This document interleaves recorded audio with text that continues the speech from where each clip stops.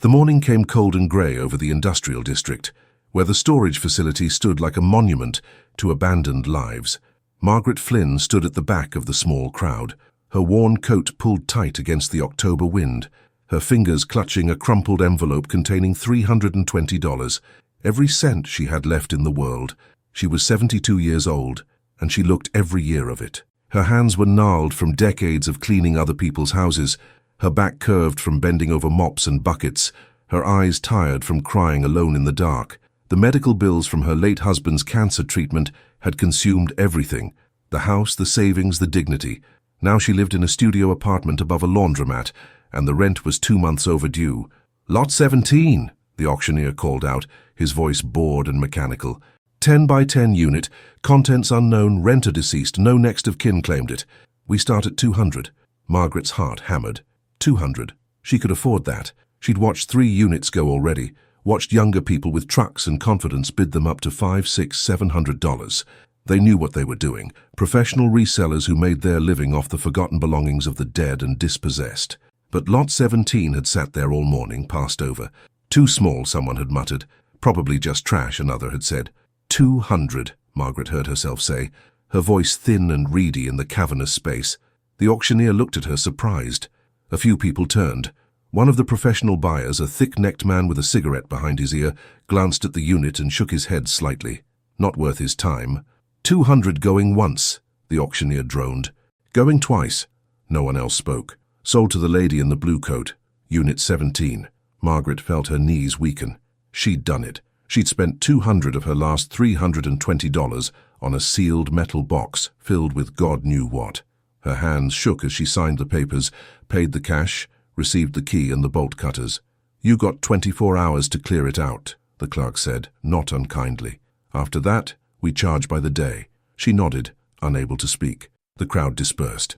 The professionals loaded their trucks with furniture and boxes, their faces showing neither satisfaction nor disappointment, just the blank efficiency of people who did this every week. Margaret waited until they were gone, until the facility was nearly empty before she approached Unit 17. It sat at the end of a long corridor, away from the others. The door was orange with rust, the number barely visible. The padlock looked old, unused for years. Margaret's hands trembled as she fitted the key, turned it, heard the click. She lifted the door. The smell hit her first, not decay, not rot, but something else. Old paper, dust, closed air, and underneath it, something she couldn't name. Something like old cologne, like leather, like secrets kept too long.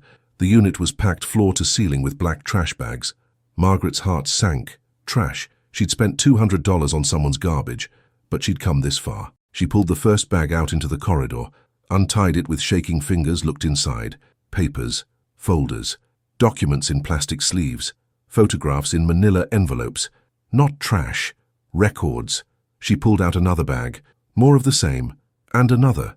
All of them carefully sealed, carefully preserved, as if someone had taken great pains to pack these things away, to hide them, to keep them safe. Margaret sat on the cold concrete floor and opened the first folder. It was a ledger, columns of numbers, dates going back to 1985, names she didn't recognize, dollar amounts that made no sense. 50,000 here, 200,000 there, amounts too large for ordinary business.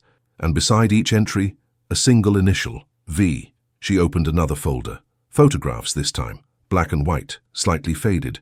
Men in suits standing outside a restaurant.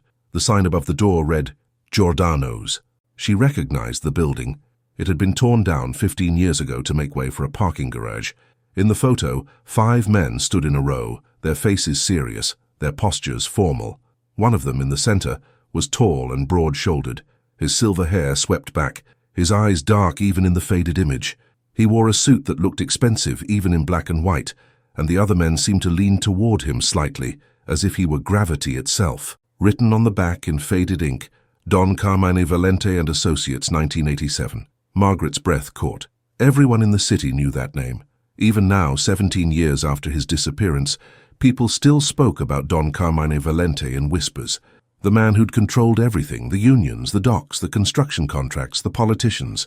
The man who'd thrown lavish feasts in his mansion on the hill, who'd walked into City Hall like he owned it, who'd made people disappear with a word. And then, in the winter of 2008, he'd vanished. No body, No trace, no explanation. The FBI had investigated. The state police had investigated. Theories ranged from rival families to federal witness protection to a quiet burial in the Pine Barrens. But no one knew for certain. His empire had fractured. His underboss had taken over some operations. His consigliere had retired to Florida.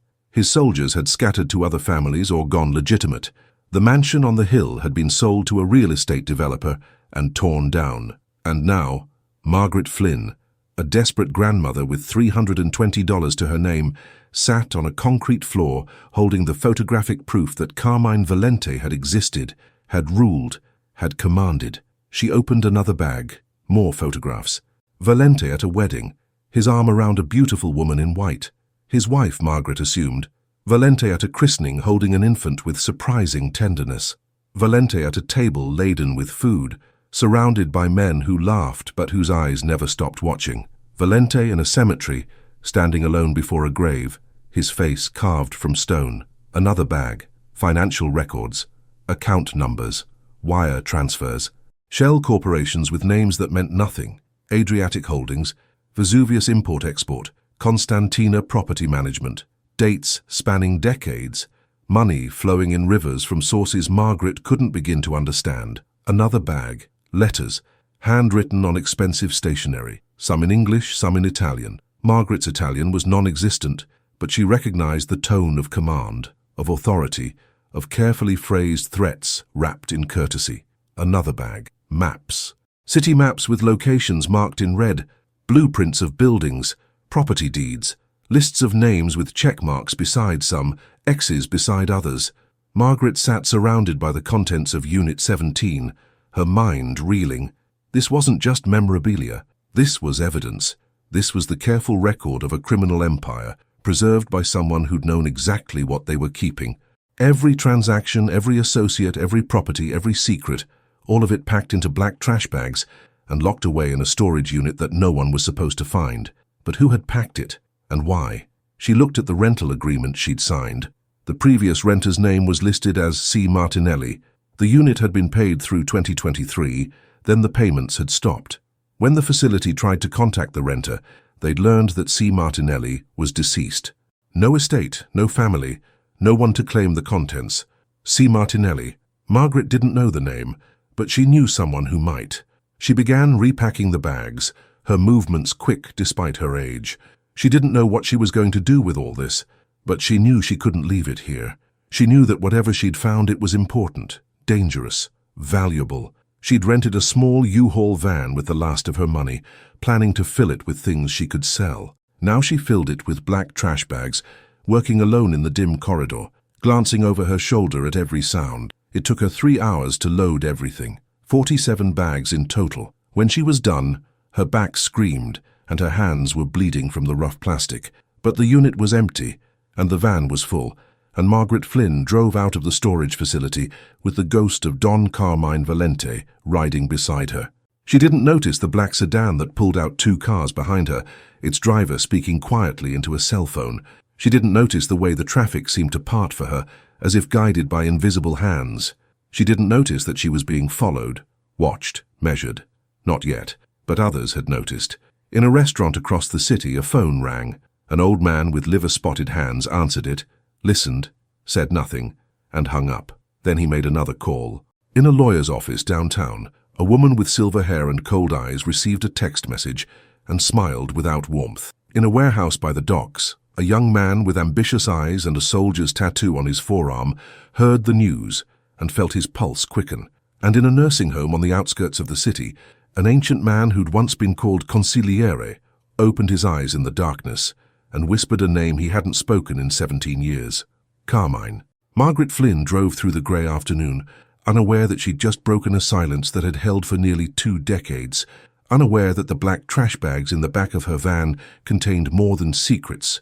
They contained power, and in the world of the Valente family, power never stayed buried for long. She pulled up to her apartment building and began the slow, agonizing process of unloading the bags, carrying them one by one up the narrow stairs to her studio. The landlord wasn't home, a small mercy.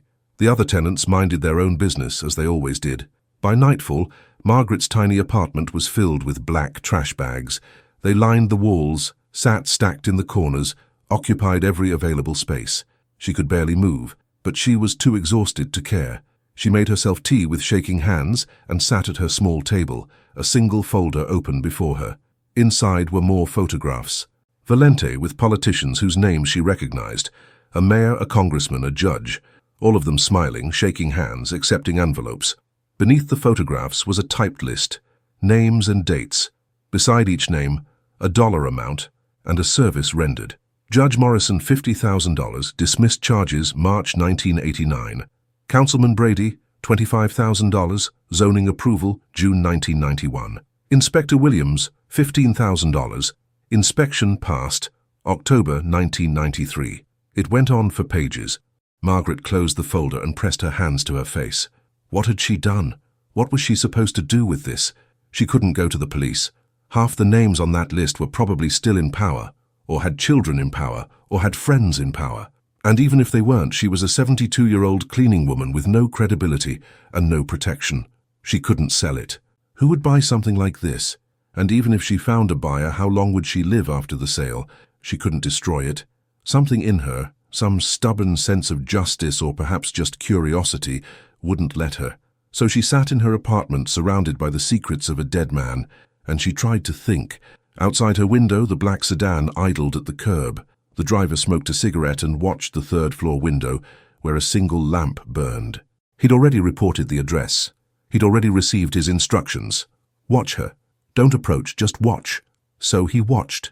And upstairs, Margaret Flynn opened another folder and began to read about the disappearance of a man named Tommy Renzo, who'd testified against the Valente family in 1995, and vanished 3 days after the trial ended.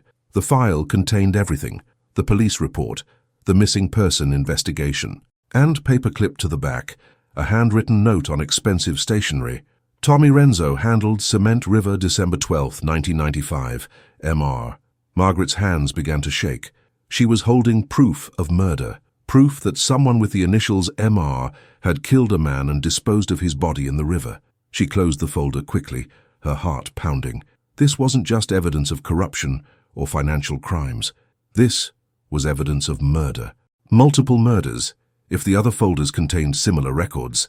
She stood and paced the narrow space between the trash bags, her mind racing. She had to do something. She had to tell someone. But who? Who could she trust?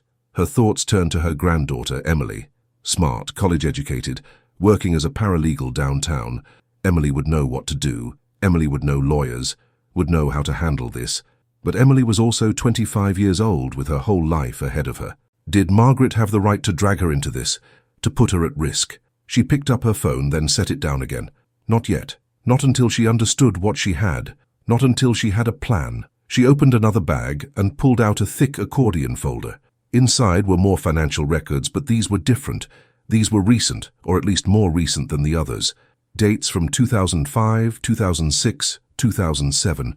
The last entry was dated January 2008, 1 month before Carmine Valente disappeared. Margaret spread the papers across her table. Bank statements, wire transfers, property sales, and a pattern began to emerge. Someone had been moving money, large amounts of money, liquidating assets, selling properties, transferring funds to offshore accounts. Someone had been preparing to disappear, but the transactions hadn't been completed by Carmine Valente.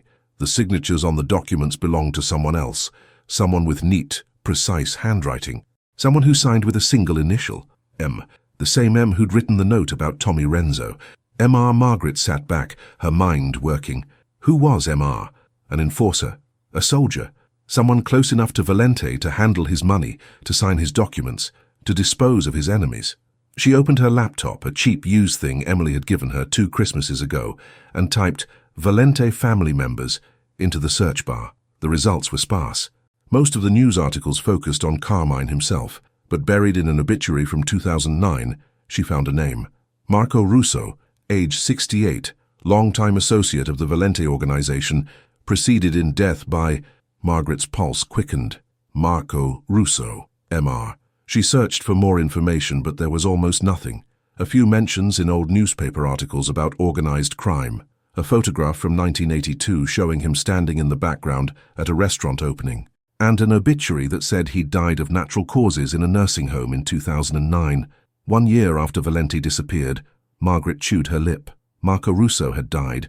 The storage unit had been rented by C. Martinelli, who'd also died. But the unit had contained Marco's records, his handwriting, his signature, his carefully kept secrets. What was the connection between Marco Russo and C. Martinelli? She searched for C. Martinelli obituary and found it quickly. Caterina Martinelli, age 71, passed peacefully at home on February 3, 2023. Beloved sister of Marco Russo, she is survived by sister. Margaret sat back, understanding flooding through her. Marco Russo had kept the records. Marco Russo had documented everything, every crime, every payment, every murder. And when he died, his sister Caterina had taken possession of them. She'd rented the storage unit under her own name, paid the fees for 14 years, kept the secrets safe. But why? Why keep them at all? Why not destroy them? Margaret opened another folder and found her answer. It was a letter, handwritten in Italian on expensive stationery. The date was December 2007. Margaret couldn't read most of it, but certain words stood out. Tradimento, betrayal, vendetta, revenge, giustizia, justice, and at the bottom, a signature, Marco Russo. Margaret took a photograph of the letter with her phone and used a translation app. The Italian was formal, old-fashioned, but the meaning came through clearly enough. Don Carmine, I have served you faithfully for 43 years. I have kept your secrets, executed your commands, protected your family. I have done things that damn my soul, and I have done them without question, because you were my Don, and loyalty is sacred. But what you plan to do is beyond loyalty. It is beyond honor. It is betrayal of everything we have built, everything we have sworn. If you proceed, I will have no choice but to preserve the truth, not for revenge but for justice, so that someday someone will know what really happened, so that the innocent will not be blamed for the sins of the guilty. I pray you will reconsider. I pray you will remember the oaths we swore, the blood we shed, the brothers we buried. But if you do not, know that I have prepared for that as well. With respect and sorrow, Marco Russo. Margaret read the translation 3 times, her mind struggling to process it. Marco Russo, Carmine Valente's most trusted associate, had written a letter threatening to expose him, had collected evidence as insurance, had prepared to reveal everything. But what had Valente been planning to do? What betrayal had been so terrible that it drove Marco to compile this archive? She searched through more folders, more documents, looking for answers. And finally, in a folder labeled Final Testament, she found it. A series of documents dated January 2008. Transfer of assets, liquidation agreements, and a contract signed by Carmine Valente, transferring control of his entire organization to someone outside the family, someone named Anthony De Luca. Margaret frowned. She didn't know that name. But evidently Marco Russo had, because paperclipped to the contract was a note in his handwriting. De Luca is FBI. Carmine is making a deal, trading the family for immunity. Everyone will be arrested except him. 50 years of loyalty, betrayed for his freedom. The words seemed to burn on the page. Carmine Valente, the Don who commanded absolute loyalty, who punished betrayal with death, who'd built an empire on the principle that omertà was sacred. He'd been preparing to betray everyone, to turn informant, to trade his family, his soldiers, his associates for a deal with the federal government, and Marco Russo had found out. Margaret sat in the silence of her apartment, surrounded by the evidence of one man's lifetime of crime and another man's attempt to preserve the truth. She understood now. Marco hadn't kept these records as leverage or blackmail. He'd kept them as testimony, as proof that when the Don disappeared in February 2008, it hadn't been a rival family or a federal arrest. It had been justice. Someone had stopped Carmine Valente before he could betray the family. Someone had made him disappear. And Marco Russo had documented everything, preserved the evidence, kept the truth safe, not to profit from it, but to ensure that someday someone would know. And then he'd died, and his sister had continued his work, paying for the storage unit year after year until her own death earlier this year. Margaret looked around at the 47 trash bags filling her apartment. This wasn't treasure. This wasn't her salvation. This was a bomb, and she was sitting on it. Outside, the black sedan remained at the curb. The driver finished his cigarette and lit another. His phone buzzed with a text message. Is she alone? Yes. Keep watching. Report any visitors. Understood. The The driver settled back to wait. He'd been doing this work for 20 years. He knew how to be patient, he knew how to be invisible, and he knew that by morning the family would decide what to do about the old woman who'd stumbled into secrets that should have stayed buried forever. Margaret made herself another cup of tea and opened the next folder. She didn't know why, but something told her she needed to understand all of it. Every document, every photograph, every secret. She needed to know the truth before she decided what to do with it, because somewhere in these 47 trash bags was the answer to the question that had haunted the city for 17 years. What happened to Don Carmine Valente? And Margaret Flynn, desperate grandmother, accidental keeper of secrets, had a feeling she was about to find out. The phone call came at 6 in the morning, pulling Vincent Calabresi from a sleep that hadn't been restful in 17 years. He was 78 years old, and every one of those years showed in the deep lines of his face, the tremor in his hands, the way his body ached when he rose from bed. Once he'd been the underboss of the Valente family. Once he'd commanded 50 men with a word, controlled territory from the river to the hills, walked into rooms and watched grown men straighten their spines. Once he'd sat at Don Carmine's right hand and helped build an empire. Now he lived in a modest house in the suburbs, collected his pension from the Union, one of the few legitimate enterprises the family had owned, and tried to forget the things he'd done in the service of a man who'd vanished without explanation. Vincent! The voice on the phone was familiar, though he hadn't heard it in years. Paulie Mancuso, who'd been a soldier when Vincent was underboss. Now Paulie was a capo with his own crew, running bookmaking operations and protection rackets in the old neighborhood. Paulie, Vincent's voice was rough with sleep and age. It's early. We got a problem. Paulie didn't waste words. He never had. The storage unit. Vincent was suddenly, completely awake. His heart hammered in his chest and for a moment he couldn't breathe. What storage unit? Don't play stupid, Vinny. Marco's storage unit, the one Katerina kept paying for, the one nobody was supposed to know about. Vincent closed his eyes. His worst fear realized. Someone found it? Worse, someone bought it. At auction. Old lady, maybe 70. Cleaned it out yesterday afternoon. 47 bags. My guy followed her home. Where? Paulie gave him an address in the old district, near the laundromats and check-cashing places. Vincent knew the neighborhood. Poor, anonymous, the kind of place where people minded their own business because they had troubles enough of their own. Your guy touch her? Vincent asked. No, just watching, like you taught us. But Vinny, she's been up all night. Lights on in her apartment, moving around. She's looking at it. She's going through it. Vincent's mind raced. 47 bags. Marco had been meticulous, obsessive. If he'd filled 47 bags with evidence, it meant everything was in there. Everything. 50 years of the family's business, documented with the precision of a man who'd never trusted memory alone. Who else knows? Vincent asked. My guy, me, you, and whoever the old lady tells. She make any calls? Not on her cell. Could have a landline, but we'd need to get closer to know. Vincent thought. This was delicate. This was the kind of situation where one wrong move could bring down what remained of the family, could put people in prison, could destroy lives. But doing nothing wasn't an option either. I'll handle it, Vincent said. Tell your guy to stay on her, but soft.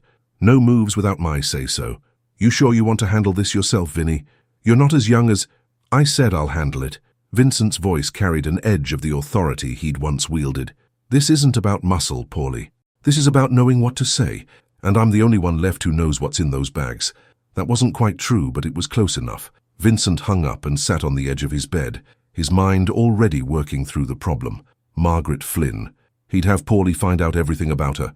Her history, her family, her finances, her weaknesses. Everyone had weaknesses. Everyone had pressure points. But first, he needed to know how much damage she'd already done. He needed to know if she'd contacted anyone, if she understood what she had, if she posed an immediate threat or could be managed. Vincent dressed slowly, his arthritic fingers fumbling with buttons. He'd given up expensive suits years ago. Now he wore slacks and a cardigan, the uniform of harmless old men. It was a useful disguise.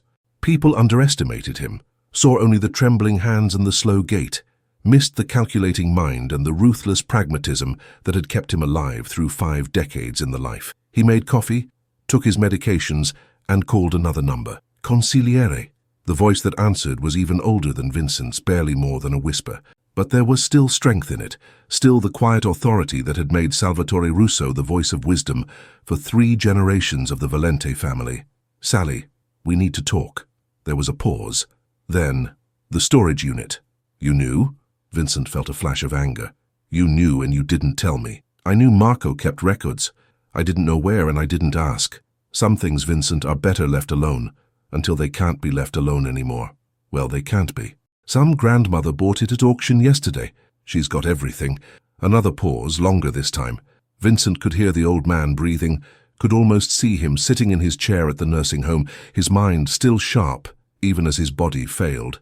"Marco's insurance policy," Salvatore said finally. "He told me once near the end, said if anything happened, if the truth needed to come out, he'd made provisions. I didn't think Caterina would keep paying for it after he died, but I suppose loyalty runs deep in that family." "What do we do, Sally?" "That depends. What does this grandmother want?" "I don't know yet." "Then find out. But Vincent, be careful. Marco didn't keep those records to blackmail anyone. He kept them because he believed in justice, in truth. He loved the family, but he loved the truth more. If this woman is anything like him, money won't move her." Vincent felt his stomach tighten. "Then what will? I don't know. But I know what won't work. Threats, violence, fear. Those things only work on people who have something to lose. From what you've told me, this woman sounds like she's already lost everything." Vincent thought about that. A 70-year-old woman buying storage units at auction. That spoke of desperation, of financial need. But Sally was right. People who had nothing often had nothing to lose, which made them dangerous in ways that wealthy people never understood. "I'm going to talk to her," Vincent said. "Alone?" "Alone. She'll respond better to an old man than to a crew of soldiers." "Perhaps. Or perhaps she'll see through you. But it's your decision. Just remember, Vincent, the family's already a shadow of what it was. Most of the old crew is dead or retired. The young ones don't even know who Carmine Valente was. Whatever's in those bags, it's ancient history to everyone except us." "It's not history if it can still put people in prison," Vincent said. "Some of those names are still alive, still have families. Politicians we paid, judges we owned, cops we bought. Their careers, their reputations, their freedom, it's all in those bags." "Then perhaps," Salvatore said quietly, "they should face justice for what they did." Vincent felt a chill. "You sound like Marco." "Marco was my nephew, Vincent, and he was right about more things than we wanted to admit. Carmine betrayed us, betrayed everything we'd built. Marco stopped him from destroying the family, but the family died anyway. Maybe it was meant to. Maybe we held on too long to something that should have ended decades ago." "I can't think like that, Sally. Not now. Not with this hanging over us." "Then do what you must, but do it with honor, Vincent. That's all we have left." The line went dead. Vincent sat with his cold coffee and thought about honor. It was a word that had meant everything once. Now it felt like a relic, a concept from a world that no longer existed, but it was all he had. By 9 o'clock, Vincent had the information he needed. Margaret Flynn, widow, 72 years old. Husband died 2 years ago of cancer. Medical bills bankrupted her. One son deceased in a car accident in 1998. One granddaughter, Emily Flynn, 25, working as a paralegal downtown. No criminal record, no connections to law enforcement, no obvious ties to anyone in the life. Just a desperate old woman trying to survive. Vincent drove to her neighborhood in his 15-year-old Buick, parked 3 blocks away, and walked slowly toward her building. He moved like a man taking a morning stroll, like someone's harmless grandfather out for exercise. No one gave him a second glance. The black sedan was still parked across the street. Vincent didn't acknowledge it, didn't look at it directly, but he knew his people would see him and understand. He was taking point. They were to observe only. He climbed the stairs slowly, his hand on the railing, his breath coming harder with each step. By the time he reached the 3rd floor, his chest ached and his legs trembled. He wasn't faking the weakness. It was real, but it was also useful. He knocked on apartment 3C, 4 soft raps that wouldn't startle. There was a long silence. Then a woman's voice, wary. "Who is it?" "Mrs. Flynn. My name is Vincent. I'm sorry to bother you so early. I'm looking for my sister's things, and I think there might have been some confusion at the storage auction yesterday." Another silence. He could sense her on the other side of the door, weighing his words, trying to decide if he was a threat. "I don't know what you're talking about," she said finally. "Please, Mrs. Flynn, I'm an old man. I'm not here to cause trouble. I just need a few minutes of your time." My sister passed away earlier this year, and I think you may have bought the unit where she stored some family items. I just want to see if there's anything that belonged to her." He made his voice shake slightly, added a note of grief that wasn't entirely false.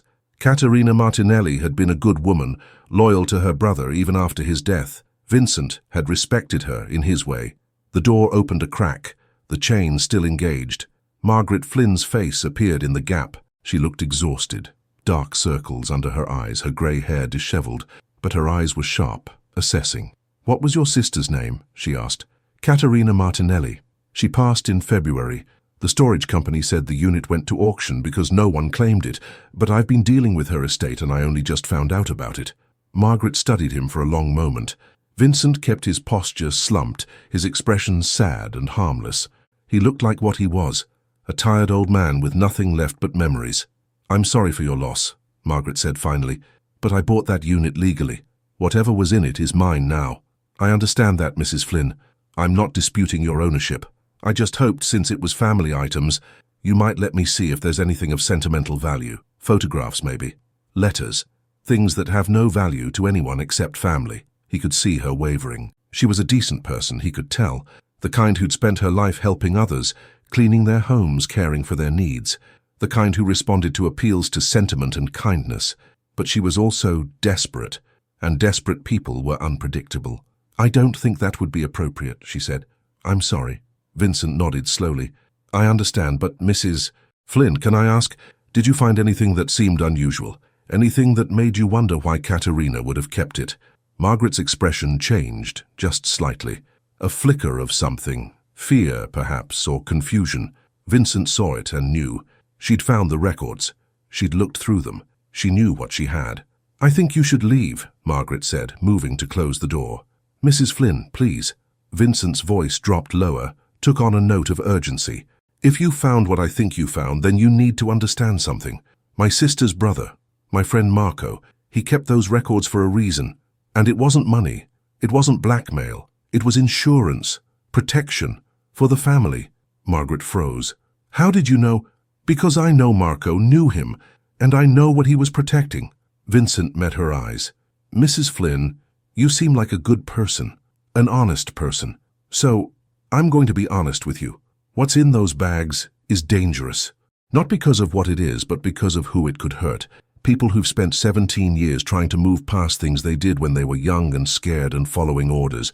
People who have families now, who've gone straight, who've earned their second chances. The records also show people who murdered," Margaret said quietly, "who stole, who corrupted police and judges, who destroyed lives." Vincent nodded slowly. "Yes, it shows all of that, because that's what the life was. That's what we did. I'm not proud of it, Mrs. Flynn, but it's done. And dragging it all into the light now won't bring back the people who died. It'll just destroy the people who survived." "That's not justice," Margaret said. "No," Vincent agreed. "It's not. But it's mercy. And sometimes mercy matters more than justice." Margaret's hand tightened on the door.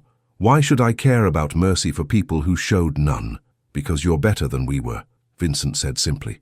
"Because you're the kind of person who cleans other people's houses with dignity, who raised a son and a granddaughter with love, who buys storage units hoping to find something to sell, not something to use as a weapon. You're decent, Mrs. Flynn, and decent people don't destroy lives unless they have to." He could see tears in her eyes now. "I need that money," she whispered.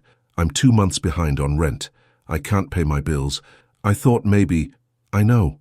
Vincent's voice was gentle. "And I can help with that. Not because I'm buying those records from you, they're yours legally, like you said, but because you're in a hard spot, and I'm in a position to help. $10,000, Mrs. Flynn, cash, delivered this afternoon. Enough to catch up on your rent, pay your bills, have a cushion for the first time in years. All I ask is that you give me time to contact the people whose names are in those records, to let them know what's coming, to give them a chance to prepare." "Prepare for what?" Margaret asked. "Prepare to run?" "Prepare to face whatever consequences come," Vincent said, "with dignity, with their families protected, not dragged out in handcuffs on the evening news while their children watch." Margaret was silent for a long time. Vincent waited, not pushing, just letting her think. "I don't know," she said finally. "I need to think about it. Of course. Take your time. But Mrs. Flynn, there are other people who know about that storage unit. People who aren't as patient as I am. People who don't believe in talking. If they come here, they won't offer you money. They won't ask nicely. They'll take what they want, and you'll disappear. Just like the people in those records disappeared. Margaret's face went pale. Is that a threat? No, Vincent said, and he meant it. It's a warning, from one old person to another. You stumbled into something much bigger than a storage auction, and the only way out is through. You can work with me and we'll make sure you're protected and compensated. Or you can try to handle it alone, and I can't guarantee what happens next. He could see her mind working, weighing options, calculating risks. She was smart. She understood what he was saying. I need to talk to my granddaughter, Margaret said. Vincent's heart sank. The granddaughter, a paralegal. Exactly the wrong person to bring into this. But he kept his expression neutral. Of course. Family should always come first. But Mrs. Flynn, choose your words carefully. The more people who know, the more danger there is. For everyone. I understand. Do you? Vincent met her eyes. Because once you tell someone, you can't untell them. Once they're involved, they're at risk. And I can't protect everyone. Margaret's jaw tightened. My granddaughter can handle herself. I'm sure she can. But can she handle people who've killed before and would kill again to protect their secrets? Can she handle the weight of knowing things that could destroy dozens of lives? Can she handle looking over her shoulder for the rest of her life? Stop. Margaret's voice was sharp. You've made your point, now leave. I'll think about what you said, but I won't be bullied, and I won't be threatened, and I won't be bought unless I decide that's what I want to do. Vincent nodded slowly. He'd pushed as hard as he could without crossing the line into actual threat. Now he had to wait and see what she decided. You have my respect, Mrs. Flynn, he said. Not many people would stand up to someone like me. I'll have my people bring you my number. If you want to talk or if you need help before then, call me day or night. He turned to go, then paused. One more thing. In all those bags, there's a folder labeled Final Testament. If you haven't found it yet, look for it. It explains everything. Why Marco kept those records, what he was trying to prevent, and what happened to the man whose secrets you're now keeping. He walked away slowly, down the stairs, out into the morning sunlight. His phone rang before he reached his car. How'd it go? Paulie's voice. She's scared, but she's not backing down, and she's going to tell her granddaughter. Paulie swore quietly. That complicates things. Everything about this is complicated, Paulie. But I bought her some time. Have someone deliver an envelope to her apartment this afternoon. 10,000 cash, small bills, and a phone number she can reach me at. You're really going to pay her? I'm really going to try to do this the right way, Vincent said, because the alternative is worse for everyone. He hung up and drove home, his mind already racing through contingencies. Margaret Flynn would talk to her granddaughter. The granddaughter would probably tell her to go to the police or a lawyer, and then things would escalate in ways that couldn't be controlled, unless he moved first. Vincent made another call. I need to talk to Teresa Valente. There was a sharp intake of breath. Vinny, she doesn't talk to anyone from the old days. She made that clear when the Don disappeared. She'll talk to me. Tell her it's about Carmine. Tell her someone found Marco's records. She'll understand. I'll try. Vincent hung up and sat in his car, feeling every one of his 78 years. Teresa Valente, the Don's widow, the woman who'd survived her husband's disappearance with her dignity intact, who'd raised her daughter alone, who'd refused to speak to anyone from the family for 17 years. If anyone had answers about what really happened to Carmine Valente, it was her. And if anyone had a reason to want those records destroyed, it was her too. Meanwhile, in her apartment, Margaret Flynn sat surrounded by black trash bags and tried to decide if she'd just made a deal with the devil or simply talked to a tired old man trying to protect the ghosts of his past. She picked up her phone and called her granddaughter. Emily, it's Grandma. I need to talk to you about something important.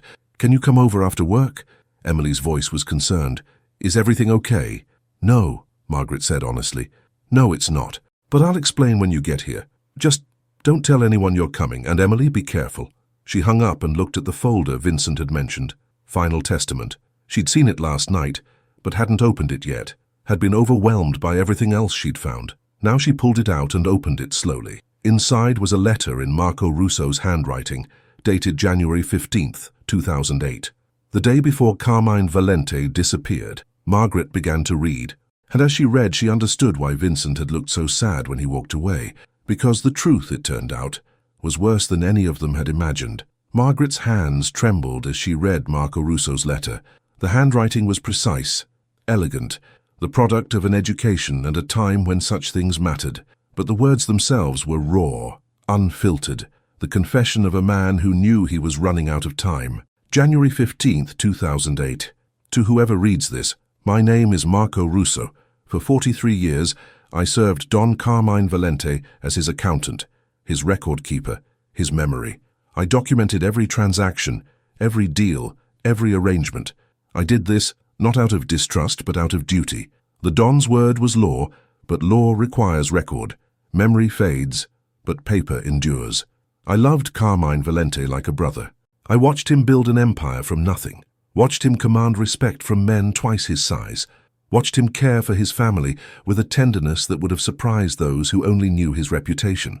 He was complex, brutal and kind, ruthless and loyal, capable of great cruelty and unexpected mercy. But power corrupts even the best of men, and Carmine was never the best of men. He was simply the strongest. 3 months ago, I discovered something that shattered every belief I held about honor, loyalty, and the code we swore to live by.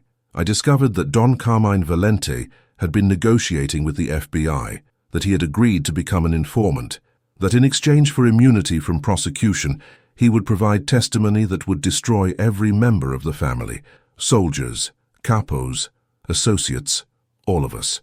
He was going to betray us all to save himself. I confronted him. I showed him the evidence, documents I'd found in his private safe, correspondence with a federal agent named Anthony DeLuca who was running the operation. I begged him to reconsider. I reminded him of the oaths we'd sworn, the blood we'd shed, the brothers we'd buried. He told me it was business, that the FBI had enough to take down the organization regardless, and he was simply choosing survival over pointless loyalty. He told me I could come with him into witness protection, that I could save myself too. I refused. I told him that if he proceeded, I would expose him to the family, that I would show them proof of his betrayal, that I would give them time to prepare, to flee, to protect themselves. He laughed. He said I would never do it, because exposing him would mean exposing myself, that I was too deep in the life to ever walk away, that my hands were too bloody to ever be clean. He was right about my hands, but he was wrong about my will. Tomorrow, Carmine Valente will disappear, not to witness protection, not to FBI custody. He will simply cease to exist. This is not my doing. I am an accountant, not an executioner. But I know who gave the order and I know why. The family found out, not from me but from another source, someone closer to Carmine than I was, someone who had more to lose from his betrayal. I will not write that name here. Some secrets must be kept, even in confession. What I will do is preserve the truth, all of it. Every crime, every payment, every name. Not to blackmail, not to profit, but so that someday, if justice demands it, the record will exist. So that the innocent will not be blamed for sins they did not commit. So that the guilty will not escape judgment through silence. I am dying. Cancer, the doctors say. 6 months, perhaps less. I will not live to see what becomes of these records. But my sister Katerina has agreed to preserve them, to keep them safe, to ensure that if the truth must come out, it will come out complete. To whoever reads this, you hold in your hands the history of 50 years of the Valente family. Use it wisely. Use it justly. Do not let it become a weapon of revenge or a tool of profit. Let it be what it was meant to be, a testament to truth, however dark that truth may be. And know this, Carmine Valente was a betrayer, but he was also a victim. The life made him what he was, and the life destroyed him when he tried to escape it. There is no victory in his disappearance, no justice in his death. There is only the endless cycle of violence and betrayal that consumes everyone it touches. Break that cycle. Be better than we were. Marco Russo. Margaret set the letter down with shaking hands. She read it again, then a third time, trying to process the implications. Carmine Valente had been planning to betray his entire organization. Someone had found out, someone close to him, and that someone had ordered his execution. But who? She began pulling out more folders, searching for answers. The documents were organized chronologically, and she quickly found the section dealing with late 2007 and early 2008. There were bank records showing Carmine liquidating assets. There were emails, printed out and saved, between Carmine and someone with the email address adilucafb.gov. There were draft cooperation agreements, witness protection applications, lists of crimes Carmine was prepared to testify about, and there was a photograph. It showed Carmine Valente sitting in a car with a man Margaret didn't recognize. The photo was grainy, taken from a distance with a telephoto lens, but the two men were clearly visible. Carmine looked old in the photo, tired, his face lined with stress. The other man, presumably Agent DeLuca, was younger, lean, intense. Written on the back in Marco's handwriting, October 3, 2007, Carmine's first meeting with FBI. Location, rest stop on Highway 78. Someone had been following Carmine. Someone had documented his betrayal. Someone had brought that information to the family. Margaret kept searching. There had to be more. There had to be some indication of who had discovered the truth, who had given the order, who had made the Don disappear. And then she found it. A single sheet of paper, tucked into an envelope marked for family eyes only. It was a report, typed on an old typewriter, formal and precise. December 12, 2007, to Family Leadership. From Teresa Valente. Subject, Don Carmine Valente. I regret to inform the family that Don Carmine Valente has violated Omerta in the most severe manner possible. Evidence has been provided to me showing that the Don has been negotiating with federal authorities to provide testimony against family members in exchange for immunity and witness protection. This evidence includes documents in the Don's own handwriting, recordings of his conversations with FBI agent Anthony DeLuca, and financial records showing the liquidation of family assets in preparation for disappearance. As the Don's wife and as a member of this family by blood and marriage, I have considered this matter carefully. The code is clear. Betrayal of the family is punishable by death. No exceptions. Not even for the Don himself. I have consulted with the consigliere and the underboss. We are in agreement. The Don must be removed before he can complete his betrayal. This action will be taken by the family, not by outsiders, and it will be done in accordance with tradition. The Don will disappear. There will be no body, no investigation, no publicity. He will simply cease to exist and the family will survive. This decision brings me no joy. I have loved Carmine for 32 years. I have borne his children, kept his home, maintained his secrets, but I love the family more, and the family demands justice. Arrangements have been made. The matter will be concluded by January 20th, 2008. Teresa Valente. Margaret read the document 3 times, her mind reeling. Teresa Valente, the Don's own wife. She had discovered his betrayal, brought the evidence to the family leadership, and ordered his execution. His own wife. Margaret sat back, her thoughts churning. The betrayed wife who poisons, escapes, or vanishes. Except Teresa hadn't done any of those things. She'd stayed. She'd survived. She'd raised her daughter and lived quietly for 17 years, never speaking publicly about her husband's disappearance, never breaking her silence, because she knew exactly what had happened to him, because she'd ordered it herself. Margaret looked at the clock. It was almost noon. Emily would be here in a few hours, and Vincent Calabrese's people would be delivering the money and phone number sometime this afternoon. She needed to decide what to do, but first, she needed to understand the full story. She needed to know what happened on January 20th, 2008. She needed to know how a wife could order her husband's death and then live with that knowledge for 17 years. She opened another folder, and this one was different. It contained handwritten notes in Marco's elegant script, dated January 20th, 2008, the same day as his final letter. 11:00 p.m. Received call from V. Calabrese. It is done. The Don was taken to the safe house on Riverside Drive. 3 men were present, V. Calabrese, S. Russo, and one other whose name was not spoken. The Don was given a chance to speak, to explain himself. He said nothing. He knew why he was there. Consigliere S. Russo spoke the judgment. You have betrayed the family that made you. You have broken Omerta. You have chosen the government over your brothers. There is no defense, no appeal, no mercy. The Don's last words, Teresa will understand. Tell her I'm sorry it came to this. Tell her I loved her even at the end. He was executed at 11:47 p.m., single shot to the back of the head. Traditional, respectful, considering the circumstances. Body was taken by disposal team. Location will remain unknown even to family leadership. This is correct. The Don's resting place must remain a secret, so that no one can make it a shrine or a symbol. I'm told Teresa was present during the council's judgment, though not during the execution itself. She approved the sentence without hesitation. Her exact words, "Do what must be done. I will carry this weight." And so it ends. 50 years of the Valente family, concluded in a basement room on a January night. The empire dies with the emperor. What remains now is merely aftermath. Margaret set the notes aside and pressed her hands to her face. The story was complete now. She understood what had happened, why it had happened, who had made it happen. Teresa Valente had discovered that her husband was betraying the family. She had brought the evidence to Vincent Calabrese and Salvatore Russo. They had held a council, passed judgment and carried out the sentence. Carmine Valente had been executed for breaking omertà, and his body had been disposed of in a location that no one would ever find. And Teresa had lived with that knowledge, that guilt, that terrible justice for 17 years. Margaret thought about Vincent's visit that morning, his talk of mercy and dignity and giving people time to prepare. Now she understood why he'd looked so sad. He'd been there. He'd been one of the 3 men in that basement. He'd helped execute his own Don, the man he'd served for decades.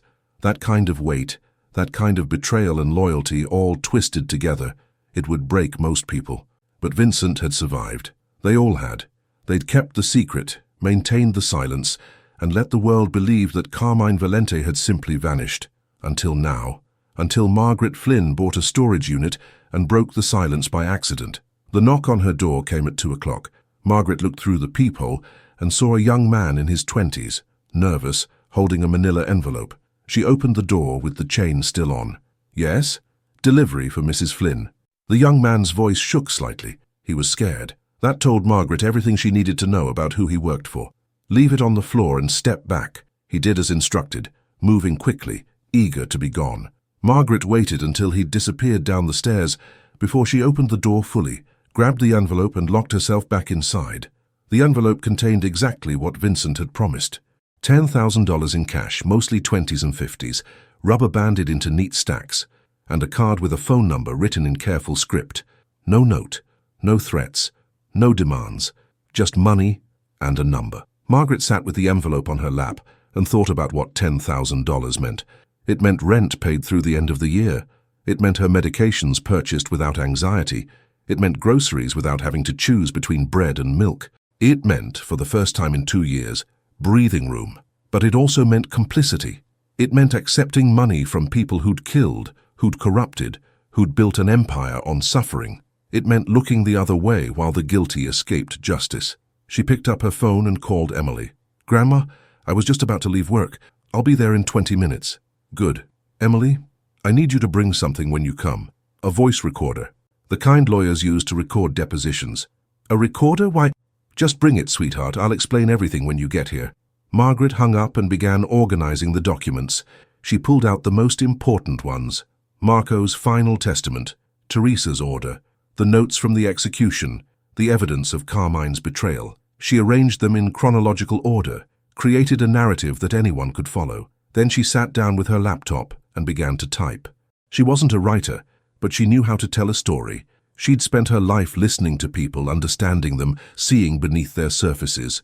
Now she put that skill to use, documenting everything she'd learned in simple, clear language. By the time Emily arrived, Margaret had a written summary of the entire story, from Carmine's betrayal to his execution to Marco's preservation of the evidence. Emily let herself in with her key. Margaret had given her 1 year ago.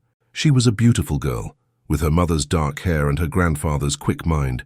She worked 60 hours a week as a paralegal, dreaming of law school someday when she could afford it, and she was the only family Margaret had left. "Grandma, what's going on? You sounded—" Emily stopped, seeing the apartment filled with black trash bags. "What is all this?" "Sit down, sweetheart. This is going to take a while to explain." For the next 2 hours, Margaret told Emily everything. She showed her the documents, let her read Marco's letter, explained about Vincent's visit and the envelope full of cash.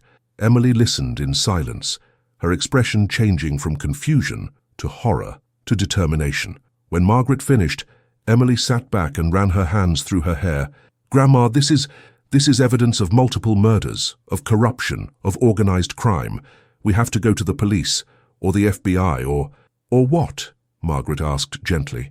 "Or they'll arrest a 78-year-old man who executed someone 17 years ago, or they'll charge a widow who ordered her husband's death to prevent him from betraying dozens of people, or they'll prosecute politicians and judges who are long retired or dead." "It's still justice," Emily said. "These people broke the law. Yes, they did. But Emily, think about what happens if we turn this over.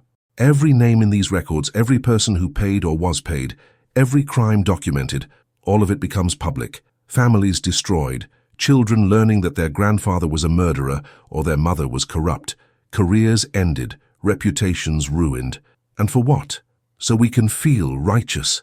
So we can do the right thing, Emily said firmly. Grandma, you didn't just stumble into this by accident. Maybe you were meant to find it. Maybe this is your chance to do something that matters. Margaret smiled sadly. You sound like me 30 years ago. So sure of right and wrong, so certain that justice matters above everything else. Doesn't it? I don't know anymore, sweetheart. I know that Vincent Calabrese looked me in the eye this morning and told me about mercy. About people who've spent 17 years trying to move past their mistakes. About families who don't deserve to suffer for sins their fathers committed. And I know he was right, in his way. He's a killer, Grandma.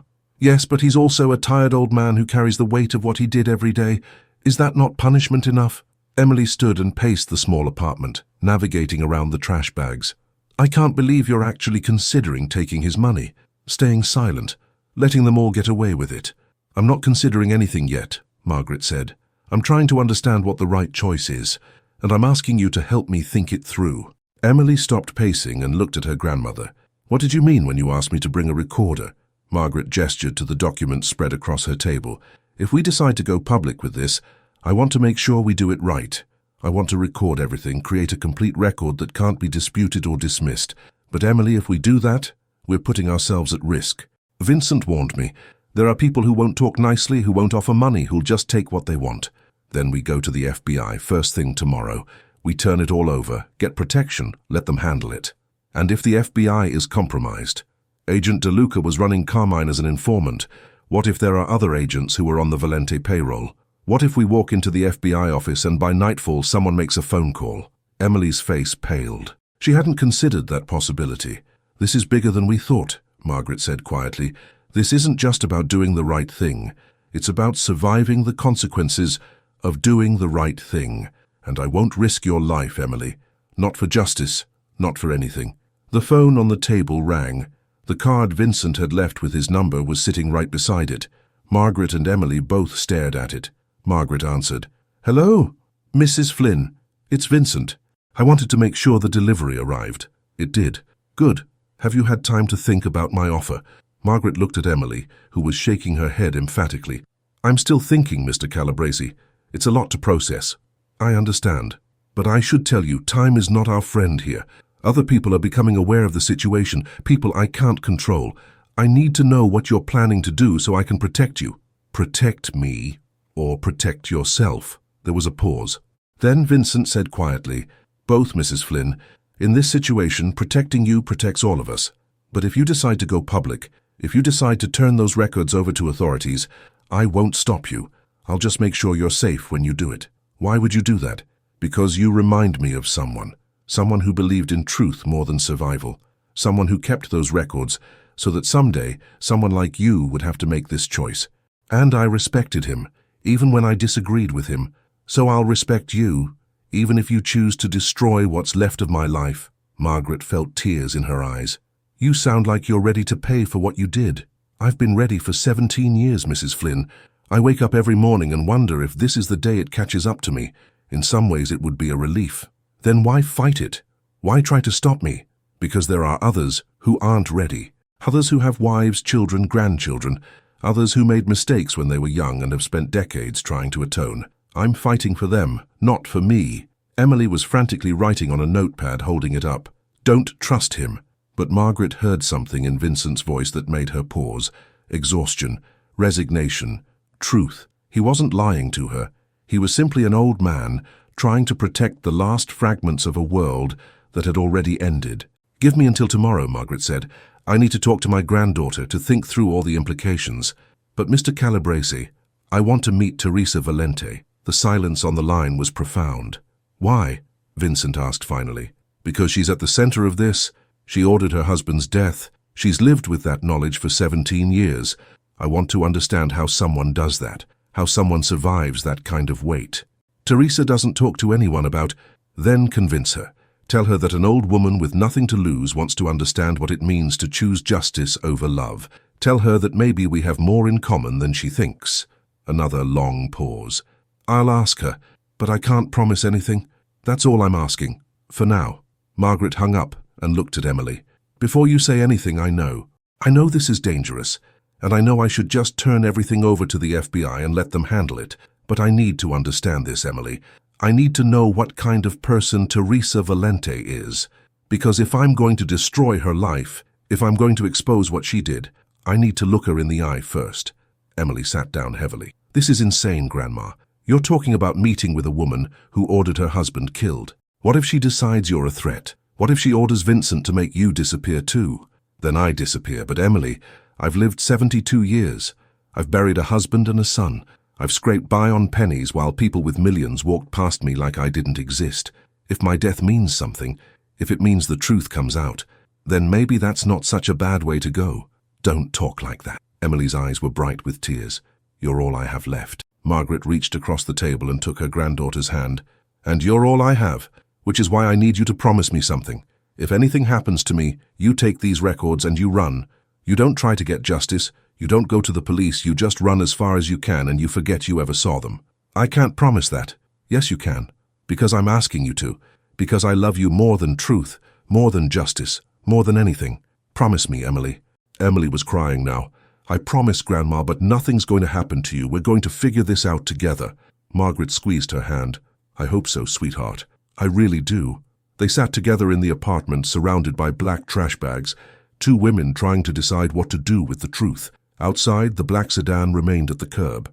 Inside it, two men watched and waited, their orders clear. Keep the old woman alive until the family decides what to do with her. After that, all bets are off. In a mansion across the city, Teresa Valente received a phone call from Vincent Calabrese. She listened in silence as he explained the situation, the old woman's request, the need for a meeting. When he finished, Teresa was quiet for a long time. Then she said, "Bring her here tomorrow, 2 o'clock. Just her, no one else. And Vincent, make sure she understands what she's walking into. Make sure she knows that some conversations don't end with everyone walking away." I'll tell her. Teresa hung up and walked to the window of her study. She looked out at the garden where she'd raised her daughter, where she'd planted roses in memory of a man she'd loved and destroyed. She was 68 years old, and she'd spent half her life carrying the weight of a single decision. Tomorrow, she would meet the woman who might expose that decision to the world. The woman who might destroy everything she'd built from the ashes of her husband's betrayal. Tomorrow, she would face the truth one more time. And Teresa Valente, who'd ordered the death of the most powerful man in the city, found herself wondering if she had the strength to survive the judgment of a desperate grandmother who'd stumbled into her secrets by pure accident. Because sometimes the most dangerous enemies are the ones who have nothing left to lose. And Margaret Flynn had lost everything except her conscience, which made her the most dangerous woman Teresa had ever faced. The morning came cold and clear, the kind of autumn day that promised winter was waiting just around the corner. Margaret hadn't slept. She'd spent the night reading through more of Marco's records, trying to understand the full scope of what she'd found, trying to prepare herself for the meeting with Teresa Valente.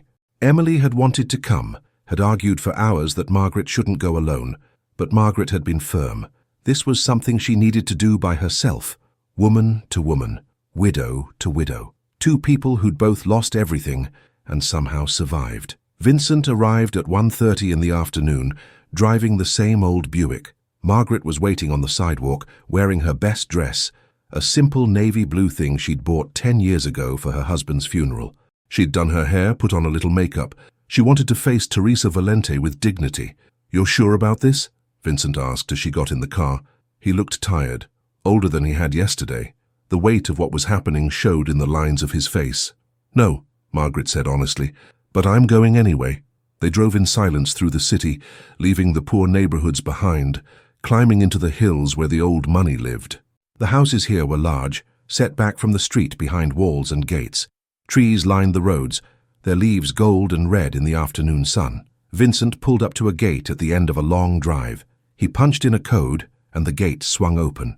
The house beyond was beautiful, 3 stories of pale stone with tall windows and a garden that looked like something from a magazine. Not ostentatious, not gaudy, just elegant, timeless. This was Teresa's family home, Vincent said quietly. She grew up here. When she married Carmine, she convinced him to buy the place from her father. She said she wanted their children to grow up in a house with history, with roots. Carmine bought it for her, but he never really liked it. Too refined for him. He preferred the mansion on the other side of the city, the one he'd built with his own money. But Teresa stayed here after he disappeared, raised their daughter here, never left. She must have loved him, Margaret said. To stay in the place they'd shared. Vincent looked at her. Or she stayed because she couldn't escape what she'd done. Sometimes prison is a place, sometimes it's a memory. He parked in the circular drive, and they got out.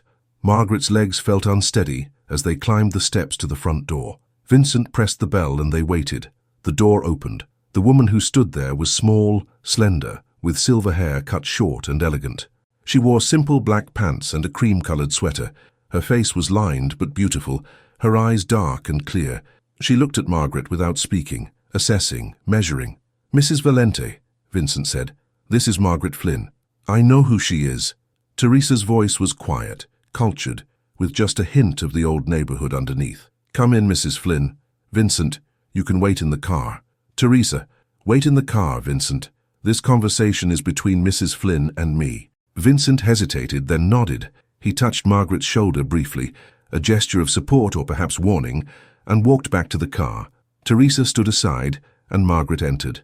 The foyer was beautiful, with hardwood floors and paintings on the walls. Fresh flowers sat on a table beside the door, white roses, their fragrance filling the air. "Follow me," Teresa said, and led Margaret through the house to a sunroom at the back. It overlooked the garden, which was even more beautiful up close. Carefully tended beds of flowers, stone paths, a fountain in the center, a place of peace and careful order. Teresa gestured to a chair, and Margaret sat. Teresa poured tea from a pot that had been waiting, china cups that looked antique and expensive. She did it all with the grace of someone who'd been serving tea to dangerous men for 50 years. "Sugar? Milk?" Teresa asked. "Just sugar. 1 spoon." Teresa prepared the tea and handed Margaret the cup. Then she sat across from her and took a sip of her own tea, her movements precise and controlled. "Vincent tells me you want to understand," Teresa said.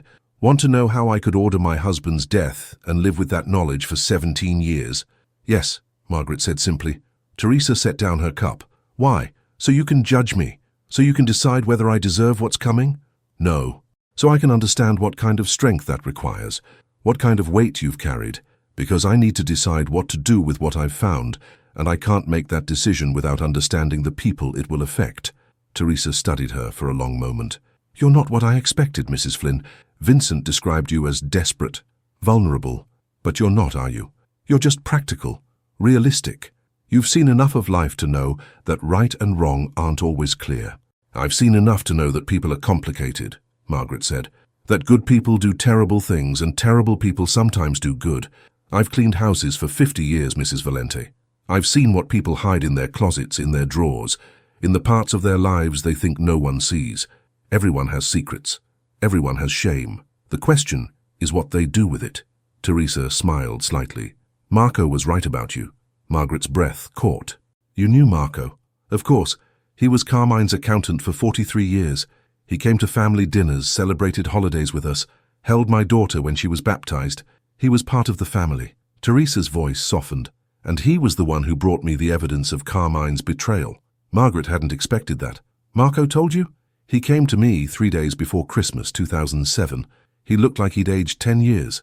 He gave me a folder with copies of documents, recordings, evidence. He said he'd been trying to decide what to do, whether to expose Carmine to the family or try to protect him. But then he decided that the choice should be mine, that I deserved to know what my husband was planning, what he was willing to do to save himself." Teresa stood and walked to the window, looking out at the garden. "I didn't believe it at first. I thought someone was trying to turn me against Carmine, trying to create division. But Marco had anticipated that. He'd included recordings of Carmine's meetings with Agent DeLuca. I listened to my husband discuss the details of how he would testify against Vincent, against Salvatore, against soldiers who'd served him faithfully for decades. I heard him negotiate the terms of his immunity, heard him laugh about how easy it was to manipulate men through their loyalty." Her voice was steady, but Margaret could see the tension in her shoulders, the pain in the set of her jaw. I confronted him, Teresa continued. That same night, I showed him what Marco had given me. I asked him to explain, to tell me it wasn't true, to give me some reason that would make sense of what he was planning. What did he say? Margaret asked quietly. Teresa turned to face her. He said he was tired, that he'd spent 50 years building an empire, and for what? So he could die in prison or get killed by a rival. He said the FBI was going to take down the organization anyway, that it was just a matter of time, and he'd been offered a way out. A new identity, a new life, money enough to be comfortable. All he had to do was testify. And you? He said I could come with him if I wanted, that we could start over somewhere warm, somewhere safe, that we could finally have the peaceful life we'd never had time for. Teresa's laugh was bitter. He actually thought I would go with him, that I would abandon my family, my home, my honor, for a chance to live in witness protection with a man who'd betrayed everything we'd built together. Margaret set down her teacup. So you brought the evidence to Vincent and Salvatore? Not immediately. First, I gave Carmine a chance. I told him that if he backed out of the deal, if he destroyed the evidence and cut contact with the FBI, I would never speak of it again, that we could survive this together, weather whatever came. But if he went forward, if he betrayed the family, I would see him dead before I let him destroy everyone I loved. What did he say? He said I was being dramatic, that I didn't understand the situation, that he was doing this for both of us, for our future. He actually had the arrogance to believe I would thank him eventually. Teresa walked back to her chair and sat down, her movements slow and tired. I gave him 2 weeks to change his mind. I watched him pack up his affairs, liquidate assets, prepare to disappear into the federal system. I watched him lie to Vincent's face at Christmas dinner, watched him embrace Salvatore and wish him a happy new year, knowing that in a few weeks he would be testifying against them. And then you went to the family leadership, Margaret said. Yes, I showed them everything Marco had given me. I showed them Carmine's emails, his financial records, his cooperation agreement, and I told them that as the Don's wife, and as a member of this family, I was calling for justice according to our code. Carmine had broken omerta. The penalty was death. Margaret tried to imagine it, standing before men who'd followed her husband for decades, demanding that they execute him. The strength that required, the certainty. Did anyone argue against it? Margaret asked. Salvatore did. He's a kind man, always has been. He said that perhaps we could find another way, that perhaps Carmine could be convinced to change his mind. But Vincent saw the truth clearly. He said that once a man decides to betray the family, he can never be trusted again, that even if we stopped him this time, he would always be a threat. That the only way to protect everyone was to remove him permanently. And you agreed. I did, because Vincent was right. Carmine had shown me who he really was, a man who would sacrifice anyone for his own survival, and I couldn't let him destroy innocent people, soldiers who'd followed orders, who'd trusted their Don, who'd built lives and families on the promise that loyalty mattered. Teresa's eyes met Margaret's. So yes, I ordered my husband's death. I sat in council with Vincent and Salvatore, and I voted for execution, and when it was done, when Vincent called me to confirm that Carmine was gone, I felt nothing but relief. The silence stretched between them. Margaret tried to understand what she was hearing, not just the facts, but the emotion underneath. Teresa wasn't defending herself. She wasn't making excuses. She was simply stating what had happened, what she'd done, and accepting the weight of it. Do you regret it? Margaret asked. Teresa considered the question carefully. I regret that it was necessary. I regret that the man I loved became someone I couldn't recognize. I regret that our daughter had to grow up believing her father simply abandoned us. But do I regret the decision itself? No. I would make the same choice again. Even knowing the cost, the 17 years of living with that secret. The cost would have been higher if I'd done nothing. Dozens of men in prison. Families destroyed. Children growing up knowing their fathers had been betrayed by a Don they'd trusted. The Valente name, my daughter's name, forever associated with the worst kind of treachery. Teresa shook her head. I chose the lesser evil, Mrs. Flynn. I chose to sacrifice one man to save many. That's what leadership requires. Margaret thought about that, about the weight of making such a choice, about living with it afterward. Your daughter, Margaret said. Does she know? No. Sophia believes her father disappeared, possibly went into hiding because of federal pressure, possibly was killed by a rival family. She spent 17 years wondering, hoping, grieving, and I've let her believe the uncertainty because the truth would destroy her. How do you tell your daughter that you ordered her father's execution? How do you explain that kind of betrayal? Perhaps by telling her why, Margaret said quietly. By helping her understand that you did it to protect people she loved, that you chose justice over personal happiness. Teresa's eyes glistened with unshed tears. You speak as if it's that simple, as if truth automatically brings understanding and forgiveness. But I've seen what truth does, Mrs. Flynn. I've watched families torn apart by revelations, watched children turn against parents when they learn what sins were committed in their name. Truth is a weapon that cuts everyone it touches. But so is silence, Margaret said. I've seen that too. I've watched people destroy themselves carrying secrets that poisoned everything they touched. Sometimes truth is the only path to healing, even if it hurts. Teresa wiped her eyes and stood. Come with me, I want to show you something. She led Margaret through the house, up a staircase to the second floor, down a hallway lined with family photographs. Margaret saw pictures of a young Teresa with an infant, of Carmine holding a little girl on his shoulders, of family gatherings and celebrations, a history of a life that looked from the outside perfect. Teresa stopped at a door at the end of the hall and opened it. Inside was a bedroom decorated in soft blues and whites, a young woman's room, though no one had lived in it for years. Awards and certificates hung on the walls, academic achievements, athletic trophies, evidence of a life well lived. This was Sophia's room, Teresa said. She moved out 10 years ago, got married, has her own family now, but I've kept it exactly as she left it. A shrine to the daughter I raised, the woman I helped her become. She walked to the dresser and picked up a photograph. It showed a beautiful young woman in a graduation cap and gown, smiling at the camera. Dark hair, dark eyes, Carmine's strong jaw and Teresa's elegant features. Sophia graduated with honors from Columbia Law School, Teresa said. She works as a prosecutor now. She puts criminals in prison. She fights for justice. Teresa's voice caught. She became everything I hoped she would be. Strong, principled, uncompromising in her pursuit of what's right. She set the photograph down and turned to Margaret.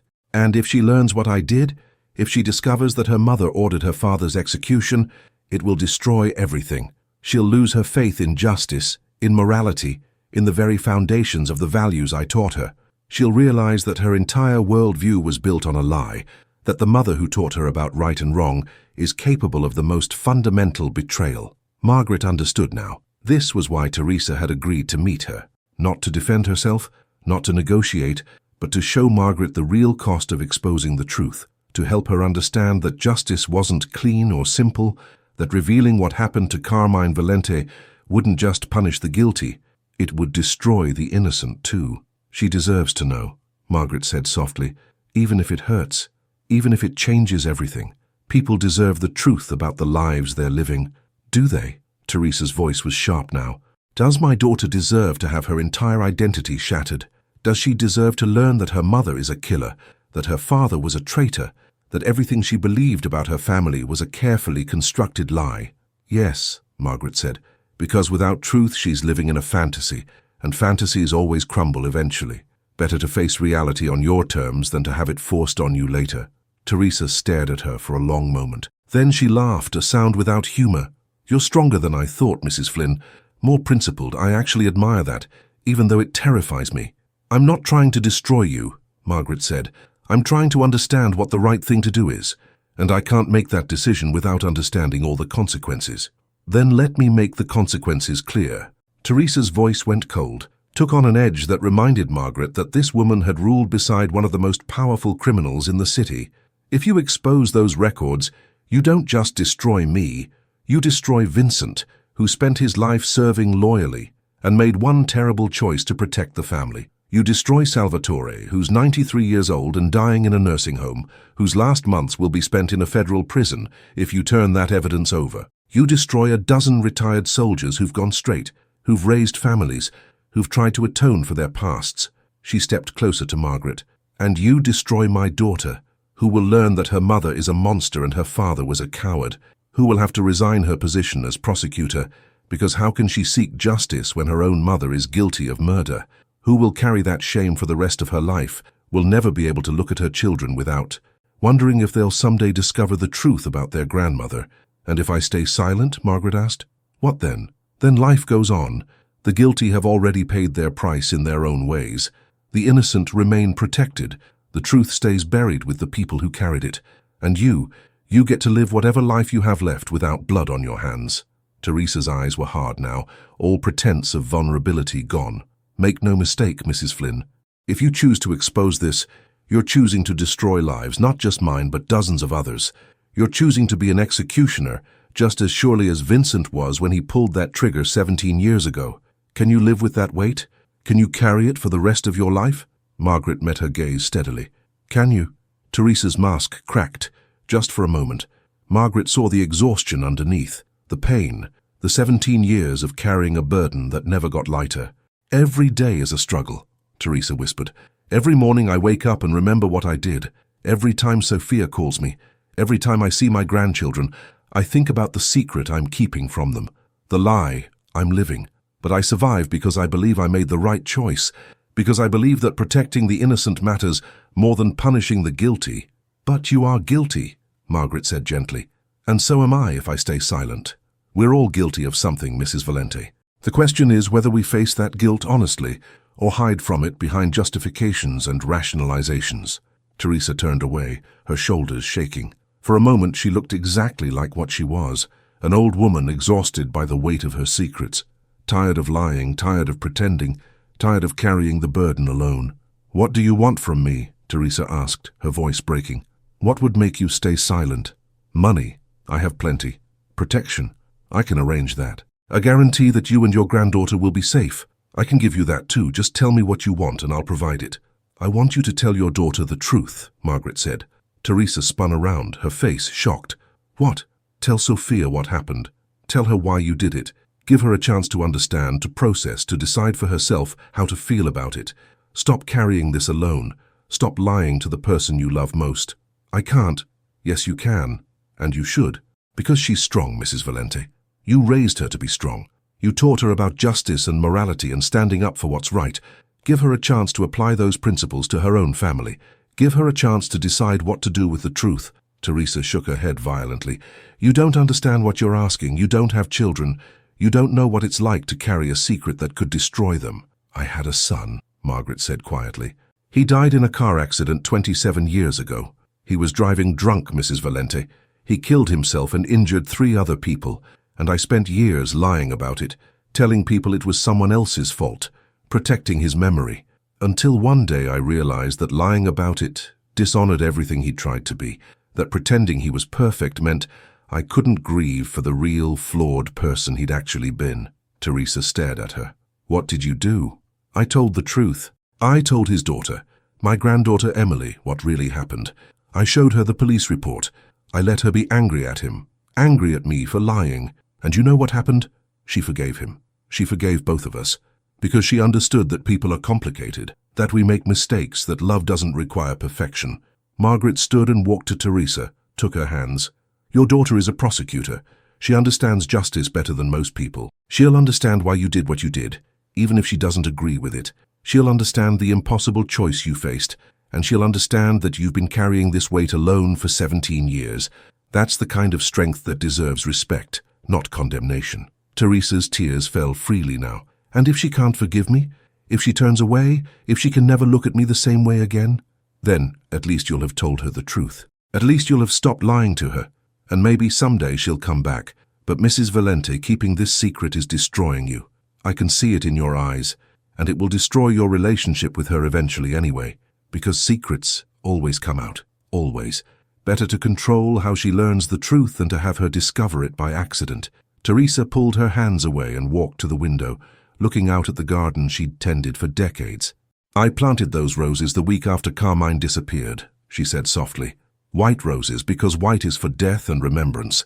I've cared for them for 17 years, pruned them, fertilized them, protected them from frost. They're beautiful now, perfect, but they're still growing from soil that holds my secrets." She turned back to Margaret. "If I tell Sophia, if I expose what I did, those roses will remind her every day of what her mother is capable of. Every time she visits, she'll see them and think about her father buried in an unmarked grave somewhere. How can I ask her to carry that? By trusting her to be strong enough," Margaret said. "By believing that the values you taught her are real enough to survive the truth. by having faith that love is more durable than lies.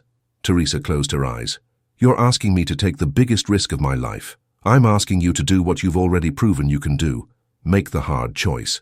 The right choice, even when it costs you everything. The silence stretched between them.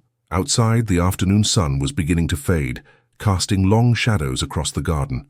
In the distance, Margaret could hear the fountain, the eternal sound of water flowing over stone. Finally, Teresa spoke. What if I agree? What if I tell Sophia the truth? Will you keep the records hidden? Will you protect the others, Vincent, Salvatore, the soldiers who were just following orders? Margaret thought carefully. I can't promise to keep them hidden forever, but I can promise to give you time, to give Sophia time to process, to understand, and I can promise that whatever I decide to do, I'll discuss with you first. I won't blindside you. That's not much of a guarantee. It's all I can offer. Because I don't know yet what the right answer is, but I know that part of finding the right answer is understanding all the people involved, all the consequences, all the pain that's already been suffered, and all the pain that might come. Teresa walked back to her chair and sat down heavily. She looked older now, diminished, as if the conversation had drained something essential from her. I'll think about it, she said finally. I'll think about telling Sophia, but I need time. I need to figure out how to say it, how to explain 17 years of lies. Take the time you need, Margaret said, but Mrs. Valente, don't wait too long. The records are in my apartment. Other people know about them. Time is running out whether we like it or not. Teresa nodded slowly. Vincent will take you home, but Mrs. Flynn, be careful.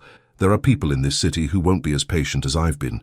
People who believe that the only way to keep secrets is to eliminate anyone who knows them. I'll do what I can to protect you, but I can't control everyone. I understand. Teresa stood and walked Margaret back through the house, down the stairs to the front door. Before opening it, she turned and looked at Margaret one more time.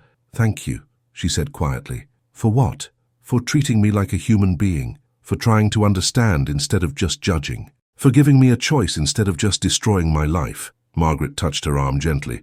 We're both just old women trying to survive the consequences of choices we didn't fully understand when we made them. We're not so different, Mrs. Valente. Call me Teresa. I think we're past formalities. Only if you call me Margaret. Teresa opened the door, and Vincent was waiting by the car. He looked between them, trying to read what had happened, what had been decided. Mrs. Flynn is ready to go home, Teresa said. And Vincent, I need you to make sure she gets there safely. No surveillance, no watchers. If anyone approaches her without my permission, I want to know about it immediately. Vincent nodded. Understood. Margaret walked to the car, but before getting in, she turned back to Teresa. The roses are beautiful. Your daughter will love them no matter what. Teresa's smile was sad. I hope you're right. The drive back was quiet. Vincent didn't ask what had been discussed, and Margaret didn't volunteer. She was exhausted, emotionally drained, trying to process everything she'd learned. When they reached her building, Vincent turned to her. Whatever she told you, whatever you talked about, I hope you understand that we're all just trying to survive our pasts. None of us are proud of what we did. We're just trying to live with it. I know, Margaret said. And I'm trying to decide if letting you survive is justice or mercy, or just cowardice on my part. Maybe it's all three, Vincent said. Maybe the answer isn't clear, because there is no clear answer. Maybe you just have to make a choice and live with it, the way we've all been doing. Margaret got out of the car and looked back at him. That's what Teresa said too. But Mr. Calabrese, living with it doesn't mean the choice was right.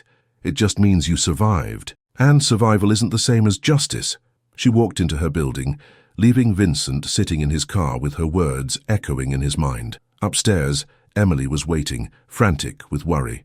Grandma, are you okay? What happened? Margaret sank into a chair and told her everything. About Teresa's strength and pain, about her daughter Sophia, about the impossible choice between truth and mercy, between justice and compassion. When she finished, Emily was quiet for a long time. Then she said, What are you going to do? I don't know, Margaret admitted, but I think I need to meet one more person before I decide. Who? Salvatore Russo, the consigliere, the man who helped make the decision to execute Carmine Valente. I need to hear his side of it. I need to understand how a wise man justifies murder. Emily looked frightened. Grandma, how many of these people are you going to meet? How close are you going to get to them before one of them decides you're too dangerous to let live? Margaret took her granddaughter's hand. As close as I need to get to understand the truth. Because, Emily, if I'm going to make a decision that might destroy lives, I need to be absolutely certain it's the right decision, and the only way to be certain is to look into the eyes of everyone involved and see their humanity, their pain, their reasons. And if you decide that they deserve punishment, that justice matters more than mercy, then I'll face that consequence too. But I'll do it knowing I gave them every chance to help me understand, that I didn't just condemn them from a distance, but tried to see them as people, as complicated, flawed human beings who made terrible choices and have been living with those choices ever since. Emily wiped her eyes. You're the bravest person I know, Grandma. Or the stupidest, Margaret said with a tired smile. I haven't decided which yet. Outside, the black sedan was gone. In its place was Vincent's Buick, and in it sat a different watcher, a younger man, one of the soldiers who still worked for what remained of the family. He called Vincent. She's back, safe, no one approached her. Good, keep watching, and call me if anything changes. The young man hung up and settled in to wait. He'd been told that the old woman in apartment 3C was important, that she was under protection, that anyone who touched her would answer to Vincent Calabrese personally.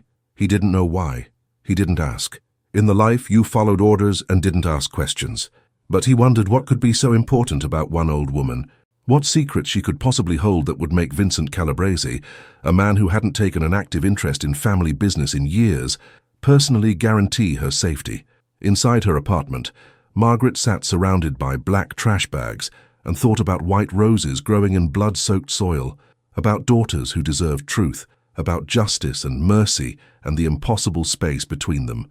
And she wondered if Marco Russo, who'd preserved all these secrets in the hope that someone would someday use them wisely, would be proud of her, or disappointed that she was taking so long to decide. The truth was there, documented and preserved, waiting for her to set it free.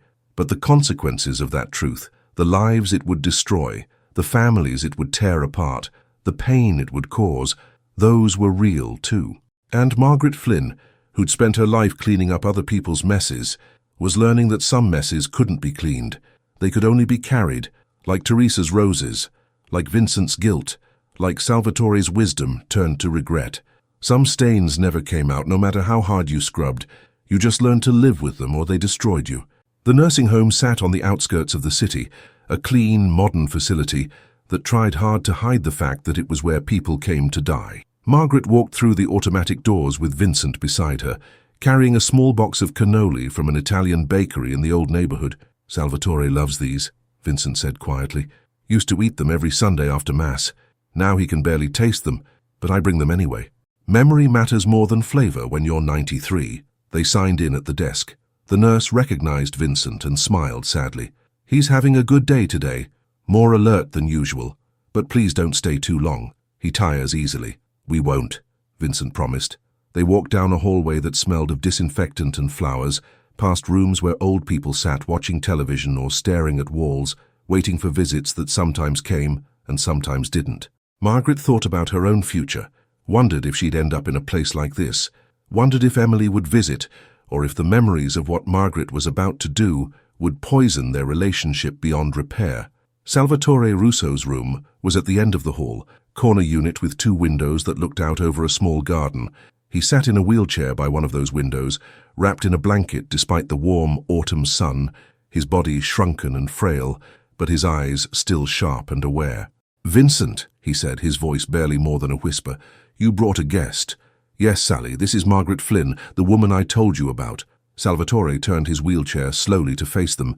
He was ancient, his skin like parchment, his hands twisted with arthritis, but there was still dignity in the way he held himself, still intelligence in his dark eyes. "Mrs. Flynn, please, sit." He gestured to the chairs by his bedside. "Vincent, the cannoli." Vincent opened the box and placed one on a small plate, cut it into tiny pieces that Salvatore could manage. The old man took a bite, chewed slowly, closed his eyes as if savoring not just the taste, but the memory of better times. "Still good," he said finally. "Not as good as Gino's used to make them, but good enough." Margaret sat, feeling suddenly nervous. This man had been the consigliere, the advisor, the wise man, the voice of reason for 3 generations of the Valente family, Marco's uncle, Teresa's counselor, the man who'd helped decide that Carmine Valente must die. "I'm honored to meet you, Mr. Russo," Margaret said. "Sally, please, Mr. Russo was my father, and he was an honest stonemason who would have been ashamed of what his son became." Salvatore took another small bite of cannoli. Vincent tells me you found my nephew Marco's records, that you're trying to decide what to do with them. Yes, and you wanted to speak with me before making that decision, to understand how a man who was supposed to be wise could help orchestrate murder. Salvatore's voice was calm, matter of fact. That's good. Never make important decisions without hearing all perspectives. That's the first lesson of being a consigliere. What's the second lesson? Margaret asked. That sometimes there are no good choices, only terrible ones and slightly less terrible ones.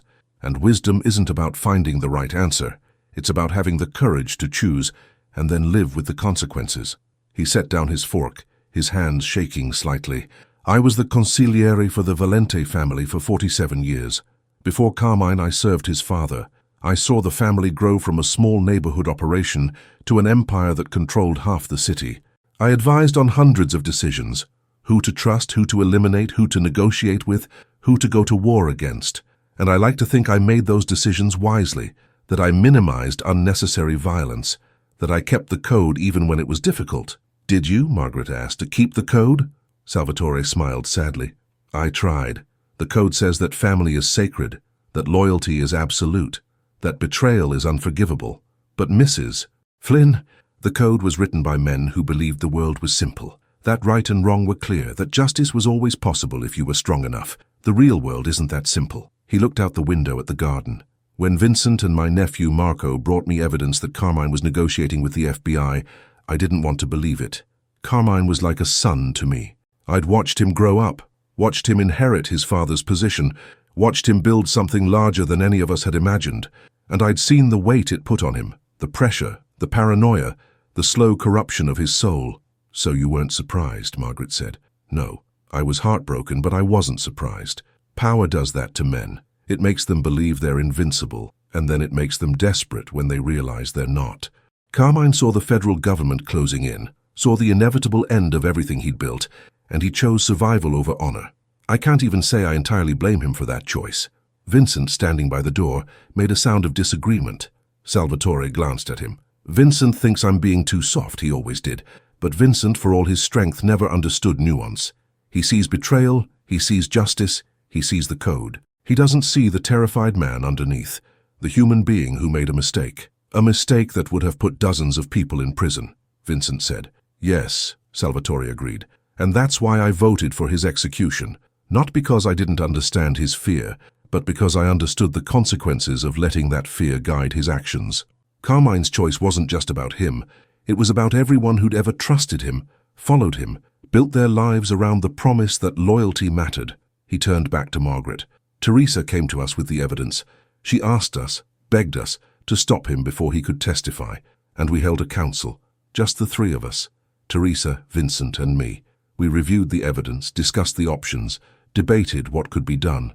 What were the alternatives? Margaret asked. We could have confronted Carmine again, tried to convince him to back out. But Teresa had already tried that. We could have tried to disappear him ourselves, take him somewhere the FBI couldn't find him, keep him isolated until the investigation collapsed. But that would only delay the inevitable. As long as Carmine was alive and knew what he knew, he would always be a threat, always be tempted to make that deal. Salvatore's voice dropped lower. Or we could execute him. Remove the threat permanently, protect the family, uphold the code, send a message that not even the Don himself was above omerta. And you chose execution. Yes, because it was the only choice that genuinely protected everyone. But Mrs. Flynn, please understand, it wasn't an easy choice. It wasn't made lightly or quickly. We debated for hours. We considered every alternative. And in the end, we voted unanimously that Carmine had to die. He paused, struggling with emotion. And I've regretted that decision every day since. Vincent moved away from the door. Sally, let me finish, Vincent. Salvatore's voice was firm, despite its weakness. Mrs. Flynn deserves the truth, all of it. Yes, we made that decision. Yes, I believe it was the right decision given the circumstances, but that doesn't mean I'm proud of it. It doesn't mean I sleep well at night. It doesn't mean I don't wake up wondering if there was something else we could have done, some way we could have saved both Carmine and the family. He looked at Margaret with eyes that held decades of pain. That's what wisdom really is, Mrs. Flynn. It's not knowing all the answers. It's understanding that most questions don't have answers. That you do the best you can with imperfect information, make the least terrible choice available, and then carry the weight of that choice for the rest of your life. Margaret felt tears in her eyes. This was what she'd needed to hear. Not justification, not excuses, but honest acknowledgement of the cost. The recognition that even the wise suffered, even the just carried guilt. "How do you live with it?" she asked quietly. "Badly," Salvatore said with a slight smile. "I pray. I remember every good thing Carmine ever did, every moment of kindness he showed, every time he chose mercy over cruelty. I remind myself that he was more than his worst decision, and I accept that I am more than my worst decision too. That judging me solely by the fact that I helped kill a man, even a man who deserved it according to our code, that's not the whole truth of who I am." He reached out a trembling hand, and Margaret took it. His skin was papery, cold, but his grip was surprisingly strong. "You're trying to decide whether to expose everything Marco documented, whether to bring justice down on all of us, me, Vincent, Teresa, everyone whose name appears in those records. And I'm going to tell you something that might surprise you." "What?" Margaret asked. "I hope you do it." Vincent made a strangled sound. "Sally, what are you—" "I mean it, Vincent. I've been dying slowly in this room for 3 years, watching my body fail while my mind stays trapped inside it. I've had a lot of time to think about my life, about the choices I made, about what I leave behind. And I've realized that the worst part of what we did wasn't killing Carmine. It was the silence afterward, the lies, the way we let people wonder and speculate and invent their own versions of what happened." Salvatore's eyes were bright now, alive with conviction.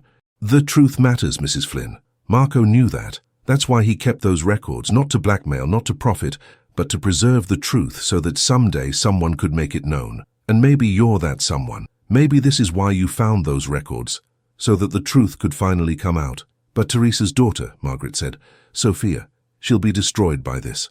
Perhaps.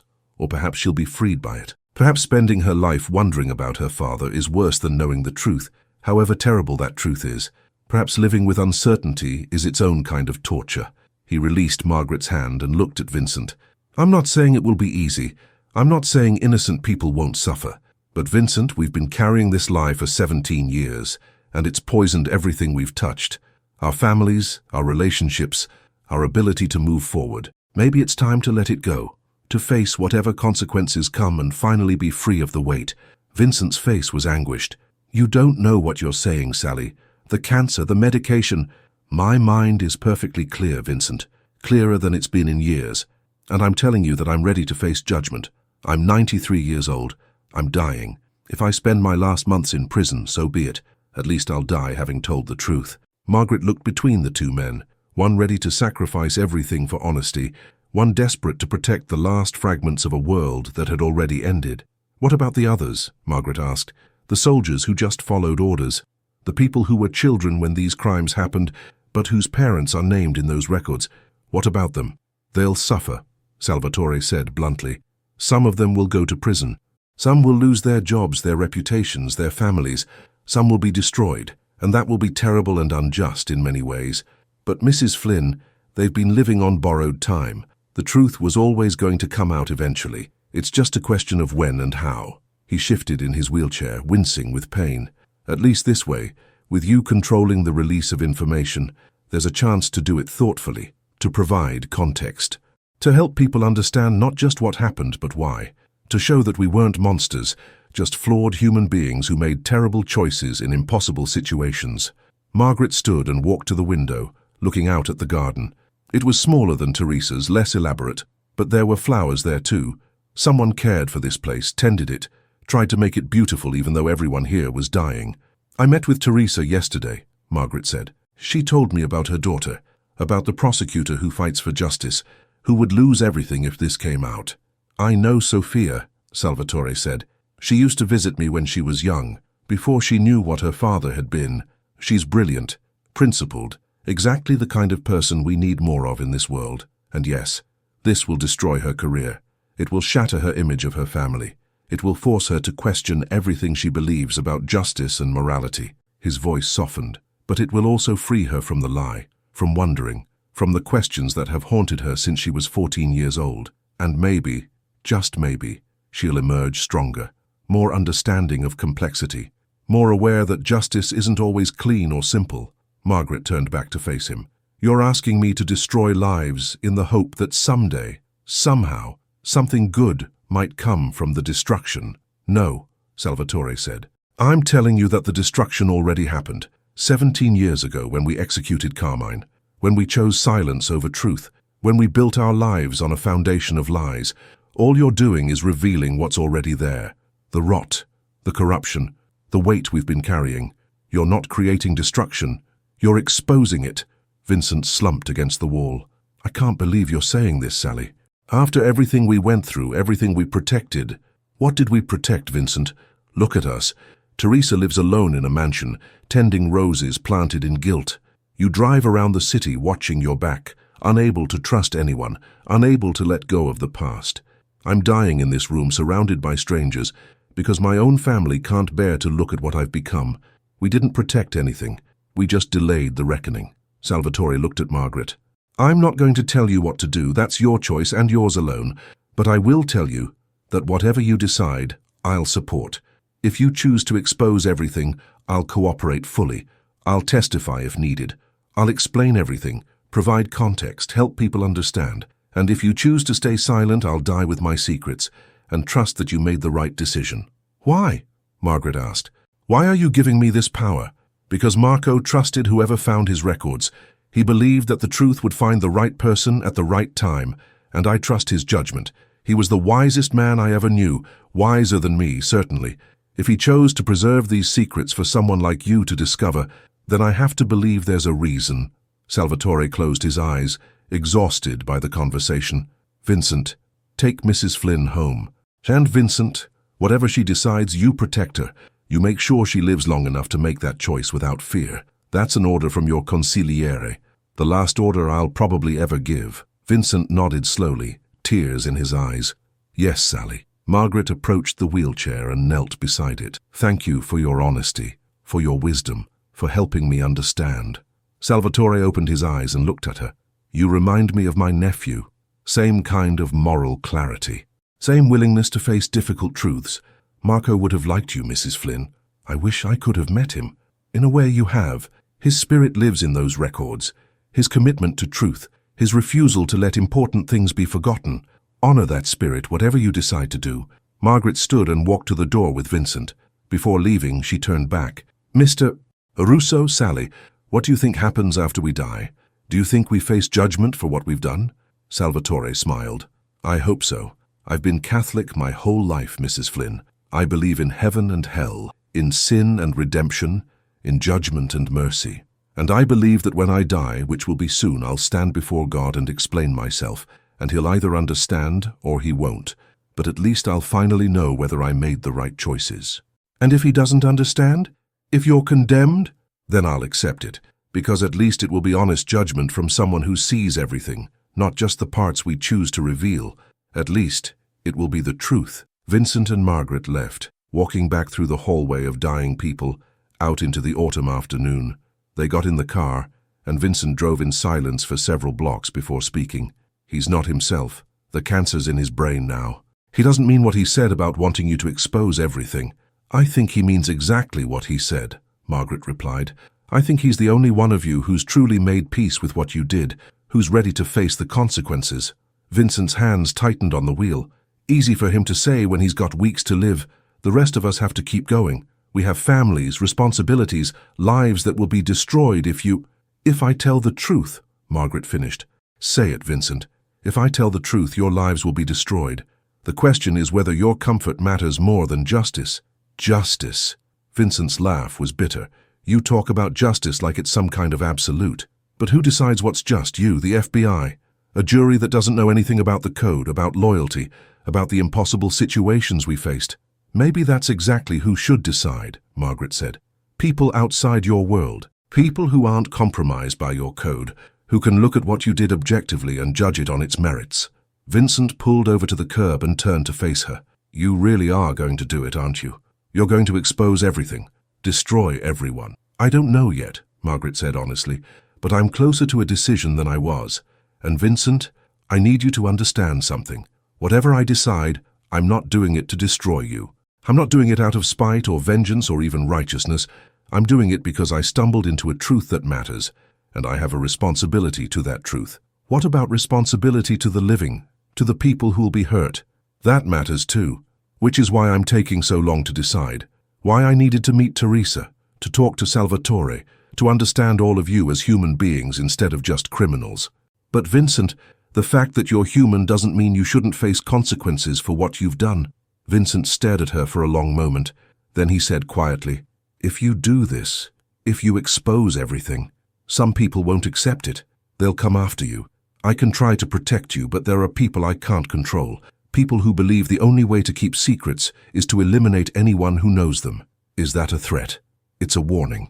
The same warning I gave you the first time we met. There are consequences to every choice, Mrs. Make sure you're prepared to live with them before you act. Are you prepared to live with killing me?" Margaret, as that's what you're really saying, isn't it? That if I choose to expose the truth, someone will make me disappear, just like they made Carmine disappear. Just like all the other people who knew too much or said too much or threatened the family's secrets. Vincent looked away. "I don't want that to happen. But you won't stop it either, will you? You'll let other people make that decision, other people pull that trigger, so you can tell yourself your hands are clean. That's not fair. None of this is fair, Vincent. It wasn't fair when Carmine betrayed the family. It wasn't fair when you executed him. It wasn't fair when Marco had to document everything because he couldn't trust anyone. And it's not fair that I'm the one who has to decide what happens next. But here we are." Margaret opened the car door. "Take me home. I need to think." They drove the rest of the way in silence. When they reached Margaret's building, Vincent said, "How much more time do you need?" "I don't know, a few days, maybe a week." "You don't have a week. The longer this goes on, the more people who find out, the less I can control what happens." "Then I guess we'd all better hope I make my decision quickly." Margaret got out of the car and walked into her building. Upstairs, Emily was waiting with food, soup and bread from the deli down the street. "How did it go?" Emily asked. Margaret told her everything while they ate. About Salvatore's surprising support for exposing the truth, about Vincent's increasingly desperate warnings, about the impossible choice that seemed to grow more complicated with every conversation. When she finished, Emily said, "Grandma, I think we need to just do it. Tomorrow, go to the FBI, turn over everything, let them handle it. The longer we wait, the more danger we're in." "I know, but Emily, I keep thinking about Sophia, Teresa's daughter, the prosecutor who'll lose everything when this comes out. Is it right for me to destroy her life when she didn't do anything wrong?" "She deserves to know the truth about her family," Emily said. "And besides, keeping quiet doesn't protect her. It just delays the inevitable. You heard what Salvatore said. The truth always comes out eventually." Margaret stood and walked to the window. The sun was setting, painting the sky orange and pink. Somewhere in this city, Teresa was tending her roses. Salvatore was dying in his nursing home. Vincent was driving home to a house full of ghosts. And Sophia, wherever she was living a life built on lies she didn't even know were lies. "I need to talk to Sophia," Margaret said suddenly. "What?" "Grandma, no, Teresa will never allow that." "I'm not asking Teresa's permission. Sophia has a right to know what I'm about to do. She has a right to hear it from me before it becomes public. She deserves that much." Emily looked frightened. "This is getting too dangerous. You're involving too many people, making too many enemies. Grandma, please, let's just go to the FBI." "Soon," Margaret promised. "But first, I need to meet Sophia. I need to look her in the eye and explain why I'm about to destroy her life. If I can't do that, if I can't face her directly, then I have no business exposing any of this." She turned from the window. "Help me find her. You're a paralegal. You know how to track people down. Find out where Sophia Valente works, where she lives. Get me a way to contact her." Emily hesitated, then nodded. "Okay, but Grandma, after you talk to her, we're going to the FBI. No more delays, no more meetings. We're ending this before it ends us." "Agreed." While Emily worked on her laptop, searching public records and professional databases, Margaret sat with Marco's final testament and read it one more time. His words about breaking the cycle, about being better than they were, about using the truth wisely and justly, they haunted her. Marco had believed in her, had believed that whoever found his records would make the right choice. The question was whether Margaret was worthy of that faith. Her phone rang. Vincent's number. "Mrs. Flynn, I just got word that there are people asking questions about you. People from families I don't control. They know about the storage unit. They know you took the contents, and they're not as patient as I am." Margaret's heart raced. "What are you saying?" I'm saying that you need to make your decision soon. Either turn everything over to the authorities and get protection, or give the records to me and let me destroy them. But you can't just sit on them anymore, it's too dangerous. How much time do I have? 24 hours, maybe less. After that, I can't guarantee your safety, or your granddaughter's. The line went dead. Margaret set down the phone with shaking hands. Emily looked up from her laptop, saw her grandmother's face and went pale. What happened? We're out of time. We have to decide now. Emily closed her laptop. Then we go to the FBI. Right now. Tonight. We pack up these records and... Wait. Margaret's mind was racing. If we go to the FBI tonight, we do it on their schedule. They'll take the records, maybe take us into custody, definitely control every aspect of how the information comes out. But if we go public first, if we contact a journalist, if we release key documents ourselves, then we control the narrative. We can provide context, explain the human side, make sure people understand the complexity. Or we could get killed before we make it to the newsroom, Emily said. Vincent's watching the building.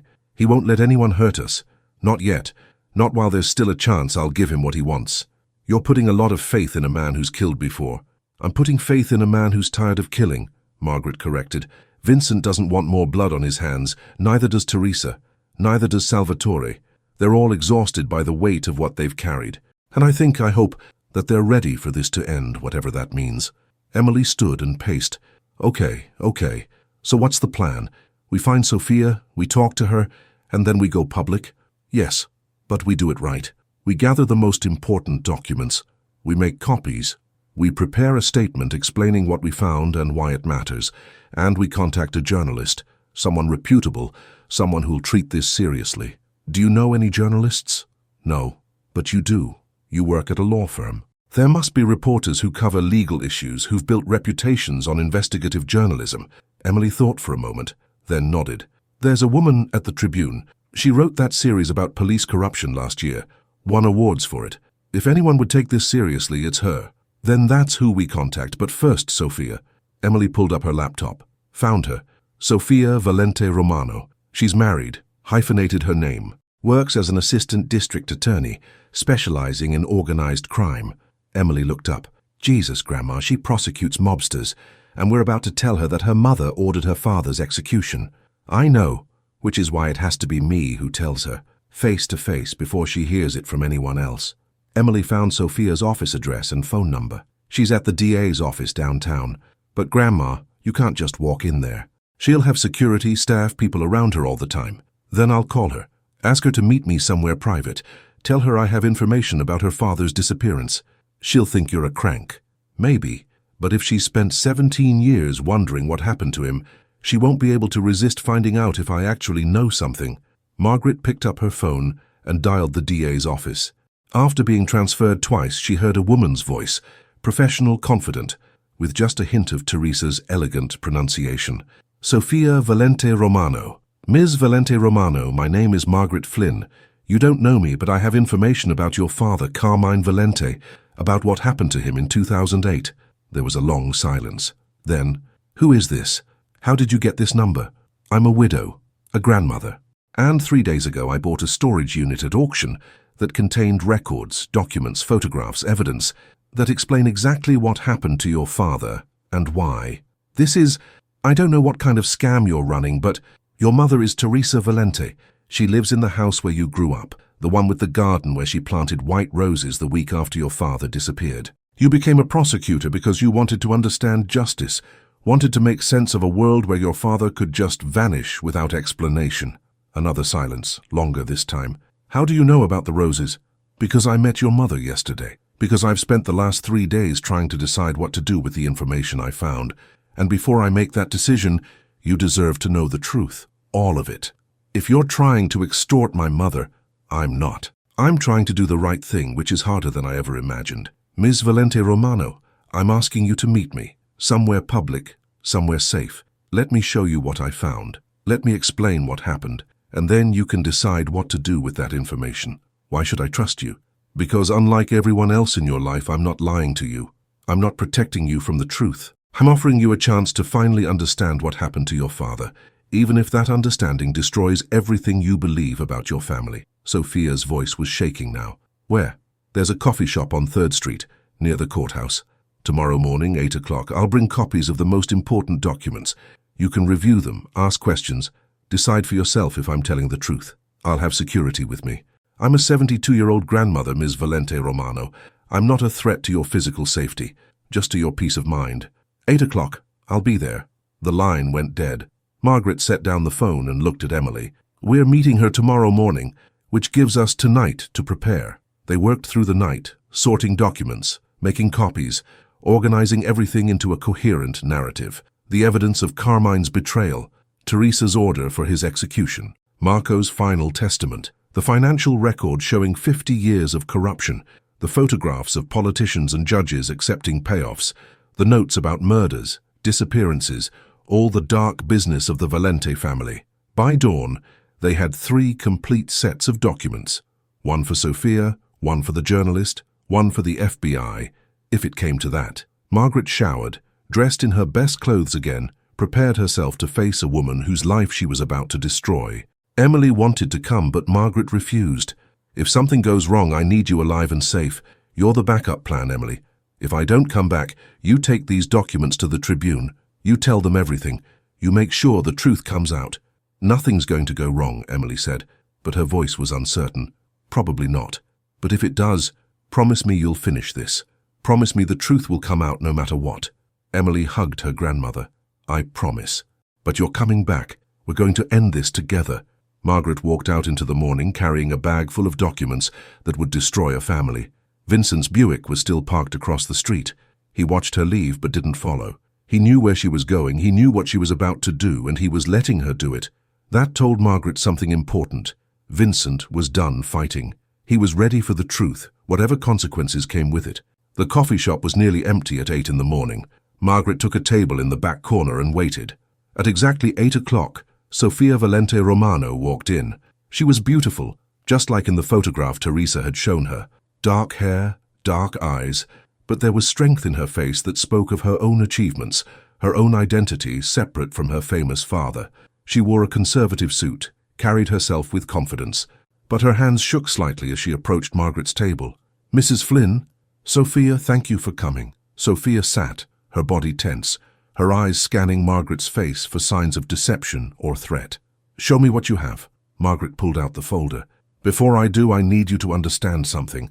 What I'm about to show you will change your life. It will answer questions you've spent 17 years asking, but the answers aren't going to bring you peace. They're going to bring pain, confusion, and difficult choices. Are you sure you want to know? I've wanted to know what happened to my father since I was 14 years old. I've built my entire career around understanding justice, around holding criminals accountable, around finding truth. So yes, Mrs. Flynn, show me. Margaret opened the folder and began laying out documents. Marco's final testament, the evidence of Carmine's deal with the FBI, Teresa's order for his execution, the notes from the night he died. Sophia read in silence, her face going pale, her hands starting to shake more violently. When she finished, she looked up at Margaret with tears streaming down her face. My mother ordered this. My mother. Yes, to protect the family, to stop your father from betraying everyone who'd ever trusted him. He was going to testify? Against all of them? Yes. He was scared, Sophia. He saw the end coming, and he chose survival over loyalty. It wasn't noble, but it was human. Sophia stood abruptly, walked to the window, pressed her hands against the glass. Her shoulders shook with sobs. Margaret waited, giving her time to process, to grieve, to rage. Finally, Sophia returned to the table. All these years I thought he'd been killed by rivals, or that he'd run away, chosen a new life over us. I blamed him for abandoning me. I became a prosecutor because I wanted to punish people like him, people who broke the law, who hurt others, who destroyed families. Her laugh was bitter, broken. And now I find out that my mother who taught me about right and wrong, who encouraged me to pursue justice, she's the one who ordered his death. She's the criminal I've been trying to punish my whole life. She's also the woman who raised you alone, Margaret said gently, who supported your dreams, who taught you to be strong, who carried the weight of an impossible choice for 17 years so you could grow up safe and loved. She's both things, Sophia, criminal and mother, killer and protector, human. Sophia wiped her eyes. What are you going to do with this? With all these records? I don't know yet. That's why I wanted to talk to you first, because whatever I decide affects you more than anyone. Your career, your family, your understanding of your own life, you deserve a voice in this decision. Sophia looked at the documents spread across the table. I'm a prosecutor. I took an oath to uphold the law, to seek justice for victims. If I know about crimes and do nothing, I'm betraying everything I believe in. And if you expose your mother, you're destroying the person who loved you most, Margaret said. There's no good answer here, Sophia. Just terrible choices and slightly less terrible ones. Sophia was quiet for a long moment. Then she said, I need to talk to her. To my mother. I need to hear her explain this in her own words. She'll probably lie, try to protect you from the full truth. Then I'll show her these documents. I'll make her tell me everything, and then... Sophia's voice broke. And then I'll decide what kind of prosecutor I want to be. The kind who seeks justice at any cost, or the kind who understands that justice isn't always possible. She gathered the documents and stood. Thank you for this, Mrs. Flynn. I don't know if I'll ever be able to forgive you for destroying my illusions, but I suppose illusions aren't worth keeping anyway. Sophia, one more thing. Whatever you decide, whatever you and your mother decide, I'm still going public with this. Maybe not all of it, but enough. The truth matters too much to keep buried, but I wanted you to hear it from me first, and I wanted to give you time to prepare. Sophia nodded slowly. How much time? 2 days. Then I'm contacting a journalist and releasing key documents. You have until then to talk to your mother, to process, to decide how you want to handle this in your own life.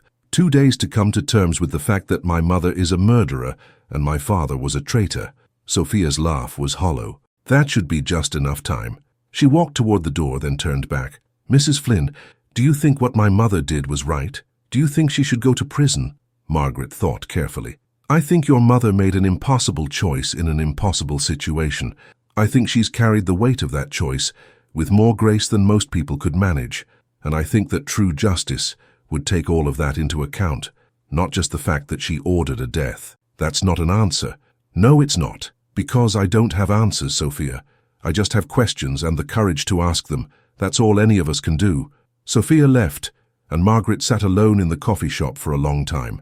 She'd done what she set out to do, given the people most affected by the truth a chance to prepare for it. Now she had to follow through. She called Emily. It's done. Sophia knows. Contact that journalist. Tell her we have documents related to the Valente disappearance and 50 years of organized crime. Tell her we'll meet her tomorrow with everything. Are you sure about this, Grandma? No, but I'm doing it anyway. That's what courage is, Emily. Doing the right thing even when you're terrified of the consequences. Margaret left the coffee shop and walked home through the morning streets. She felt lighter somehow, as if the decision itself, regardless of what came next, had lifted some of the weight she'd been carrying. In a mansion across the city, Sofia Valente Romano sat in her car outside her mother's house, holding documents that proved her mother was a killer, gathering the courage to go inside and demand the truth. In a nursing home on the outskirts, Salvatore Russo opened his eyes and smiled, sensing somehow that the end was finally coming, that the truth he'd helped bury was about to be revealed.